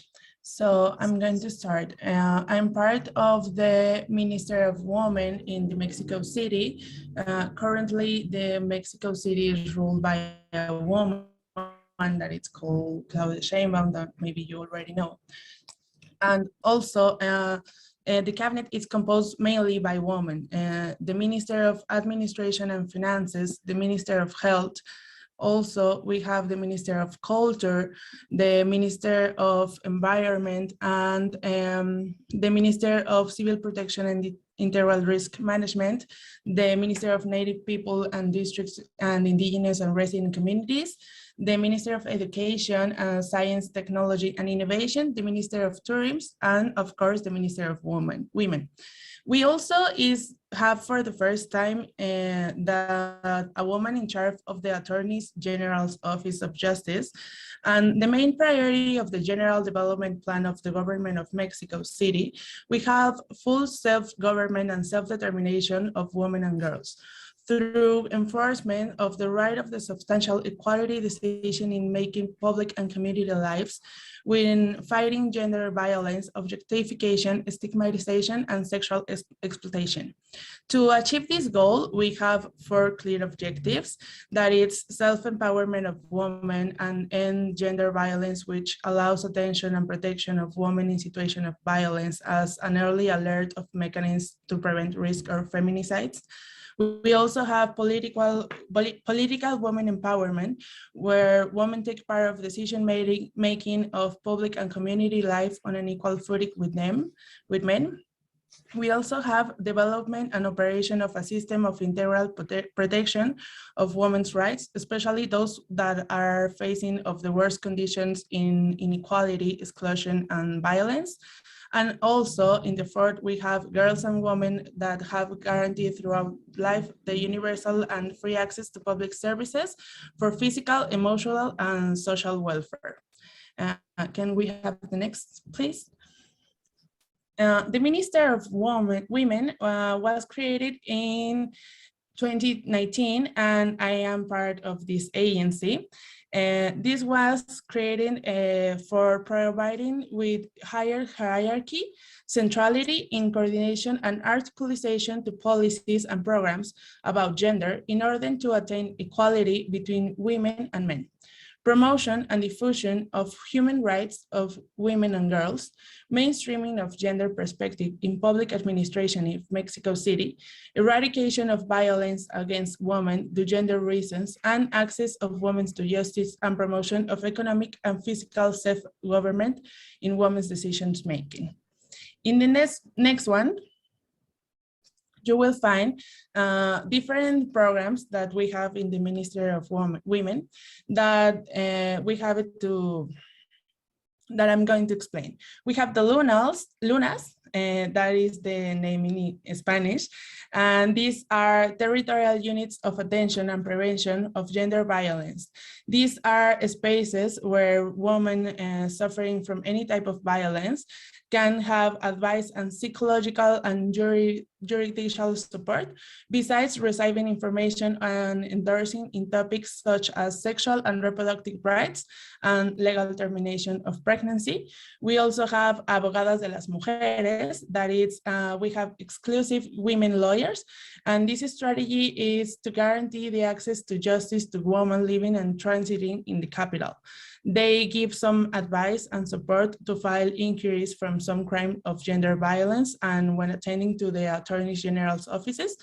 And there we also have Línea Mujeres, or Women Line, that it's a phone service of orientation, advice, and support for women suffering from violence. And it is attended by female psychologists and lawyers who provide care and listen to female users who endorse them to services from the government of the city.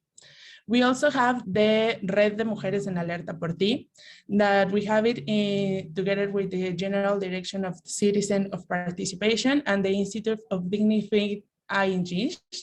There is a network with more than 200 female promoters. They are identifying timely violence cases in the 170 priority neighborhoods that we have in the Mexico City to provide full attention and to reduce feminist risk. And we also have Sendero Seguro, Camina Libre, and Camina Segura, that it is safe paths. We have it together with the Minister of the Infrastructure and Services of Mexico City. And these programs aims to positive contribution to eradicate gender violence on public road by improving space and generating positive visual identity through different types of artistic interventions. From the last point, we have a video. We can put it when Anna can still talking. From this last point, I would like to talk a little bit more.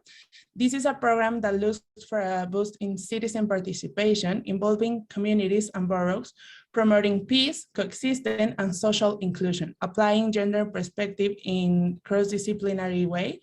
To meet the goals of the government to Mexico City, it's important to know them all.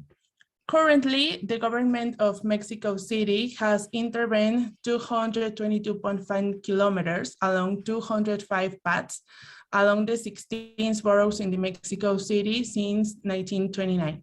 There has been decrease of 25% in crimes against women in public spaces from the places intervened according to the data of the Mexico City Attorney General's offices. And in Mexico City, there's just over 2 million trips only by foot that are made daily. And with this, more than 60% of them are made by women, that their main goal is to perform care activities, going from the kids from the school or having some groceries or things for that. And however of that, in 2018, the National Survey of Victimization and Perception of Public Security publicized that only 14% of women aged older than 18 years old are reported to feel safe on the street. So with the installation of lamps with better quality, tree pruning, growing, plantation and gardening, lighting, and intervention of the artistic murals, and the installation of technology with more than 16 million security cameras and 10,000 help buttons, and the digital help of a button activating from the CDMX app. the government of Mexico City is improving the conditions from girls and women that occupy safely the public service and enjoyable way. The Ministry of Government, the Ministry of Women is important to have interinstitutional work and collaborative that allows women with a Mexico-friendly city.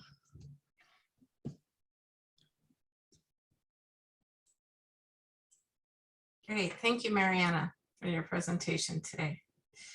Okay, we're now changing up Sri Sophian, and Sri is the Program Administrator and Strategies for Hueru Commission. So Sri, I'm just trying to see if you're there. I'm sorry for the background noise. They've just started to start vacuuming in my apartment building. Welcome, Sri. Things we can't control when we're online.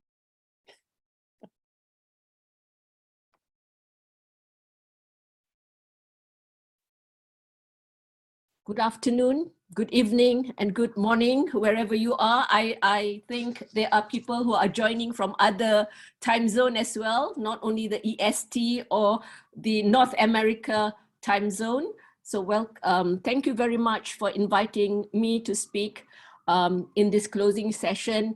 I've been introduced as a Hueru Commission, from Hueru Commission, but I speak today as the co-chair of the UN Habitat World Urban Campaign. I've been asked to actually, launch this process of the city we need for the North America campaign. And I thank the Urban Economy Forum, the Canada Association of Planners, and UN Habitat for organizing this UTC. The Urban Thinkers Campus, for those who are familiar, they always refer to it as UTC.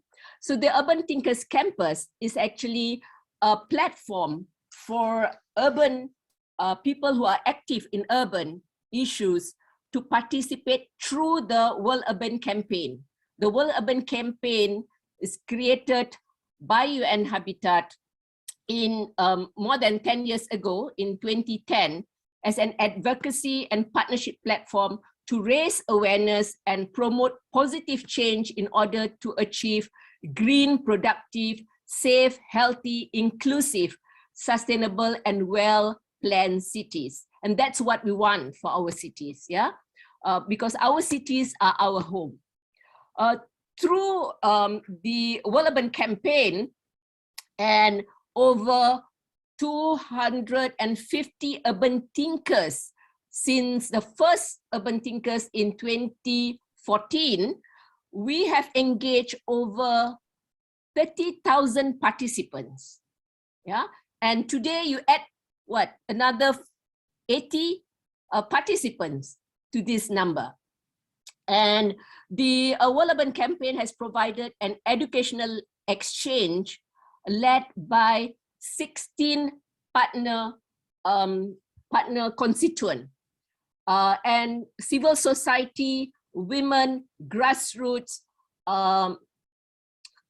older person, LGBT professionals are among the 16 group. Yeah. So now you will ask, what is the City We Need document? So the City We Need document was created leading to the Habitat Tree Conference in 2016, which took place in Quito, Ecuador. And at that time, we identified 10 areas that we feel that the partners of the World Urban Campaign felt that very important to be addressed and to be included in the outcome document of the conference. And that outcome document is called the New Urban Agenda. So the New Urban Agenda, I noted that this UTC is focused on the Sustainable Development Goals and focus on the Sustainable Development Goals, particularly SDG 11. But SDG 11 was created in 2015 or adopted in 2015. Then we have the New Urban Agenda, which kind of lay out the platform on how to actually we can achieve SDG 11. Yeah.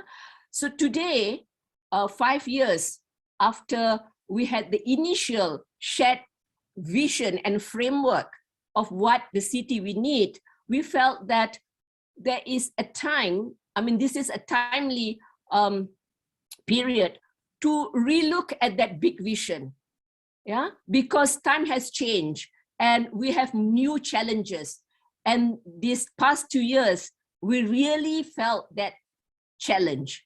Yeah, because the pandemic that, you know, affected all aspects of our life. And if you look at the 10 action areas of the city we need, it is affected by this pandemic, by the new challenges of climate change, by the new challenges of our socio-economic situation.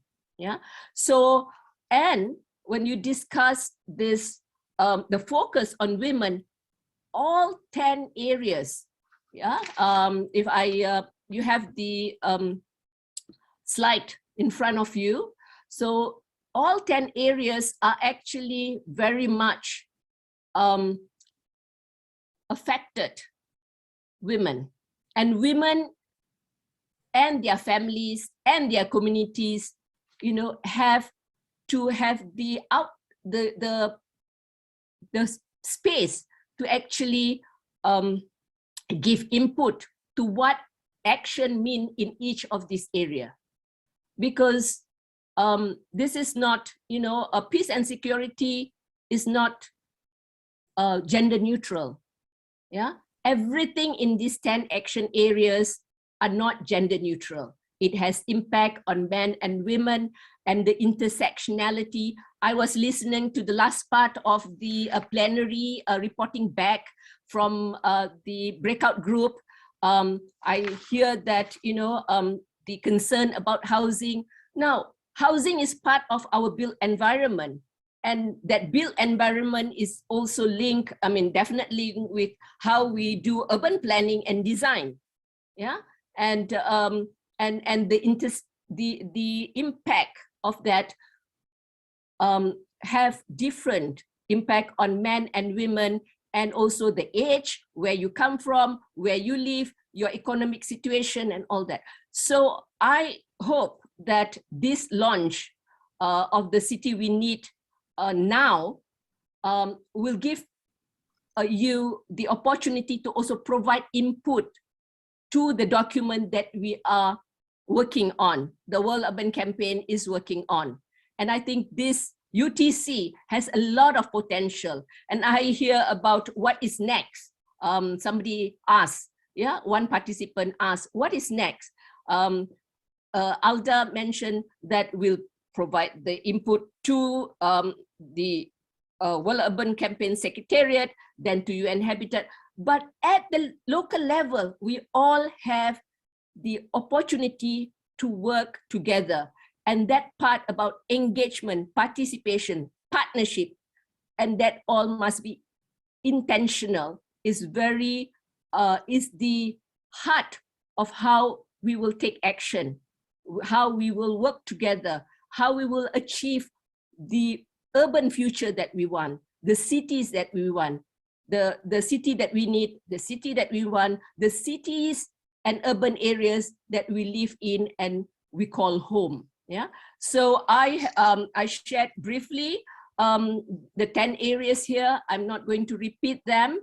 And if you have any you want any more information and clarification, you can go to the website of the World Urban Campaign. But I am sharing with you that we are now in the process of drafting the city we need now document, and so that's why we are launching this global campaign and also local campaign. And we hope that input, we can launch that, the document, the final document, we can launch it next month in April, when we have the high level meeting on to review the implementation of the new urban agenda. Yeah, and so your input, your ideas, the solution that you have and share at this Urban Thinkers Campus is very valuable, and we welcome that. And for those who are not part or not members of the Urban Economy Forum or the Canada Association of Planners, and you have your own organization, you can join World Urban Campaign as well. And you can also then, organize a localized Urban Thinkers Campaign and share your solution, share your recommendation. We work together to advocate at the global level, but also to bring the local into the global as well as the global to the local, because those are the windows that we make sure that we can have the change that we want, the future that we want. Thank you very much for this opportunity. And I hope you all will join the World Urban Campaign and also together join us at the World Urban Forum. We will have a special session there as well. Thank you very much. Thank you, Sri. And I think it's worth noting that the World Urban Campaign is also targeting different parts of the world. So the Urban Economy Forum and the Commonwealth Association of Planners have been working together on the North America market to target, but there's other areas that you can sign up in if you're interested to help set up these urban thinker campuses. So that's wonderful. That you really framed that well. Well, we have now we're now arriving towards the end of day one here. I want to thank all of the speakers. I also want to thank the moderators, especially when you're moderating such a passionate bunch of people. It's very difficult to capture all of those ideas and then summarize them. So thank you for doing that. We have covered all sorts of topics today, looking at housing as the root of women's rights. Really taking a close look at homelessness and defining homelessness with women and centering women within that conversation. Looking at housing and unsafe housing and extended family living in housing, not being considered homeless, but they're all living there. I think of Glynis's story with losing her mom to unsafe housing. Then we moved into conversations with Women in a Friendly City, and really that need to focus on intersectionality, and had some great examples that even took us to some really interesting areas, like Christine talking about waste pickers. And then we turn another corner into women's lived experiences in local community, and Rebecca shared with us the program about getting women elected and getting more women to the table to make decisions. We had 3 wonderful women from CETA who talked about an initiative, or a couple of initiatives down in Mexico. And then we had some examples from Region Park, which the pavilion has been based in, so it was actually nice to hear some work and examples from Region Park. And then we had an interesting presentation from Maria about talking and centering LGBTQ2S in the conversation as well. And, from there we broke into these breakout room discussions, and we've just kind of gone through that. So I think, like many of you, I'm leaving inspired today and maybe thinking a little differently about things than I did when we first started this meeting today. We do have part 2 tomorrow, and that starts at 9 a.m. Eastern, so I hope you'll join us. And it's particularly exciting because it's International Women's Day. So not only will we continue our conversation, we'll also be celebrating this international event. So I hope that you'll join us, and I hope that you've had a really great time today. Thank you so much, everyone. I hope you have a great day. Take care of yourselves and each other. Thank you. Thank you. Thank you so much. Thank Have you. a wonderful day. Bye now. Thank you. Diana. She's gone.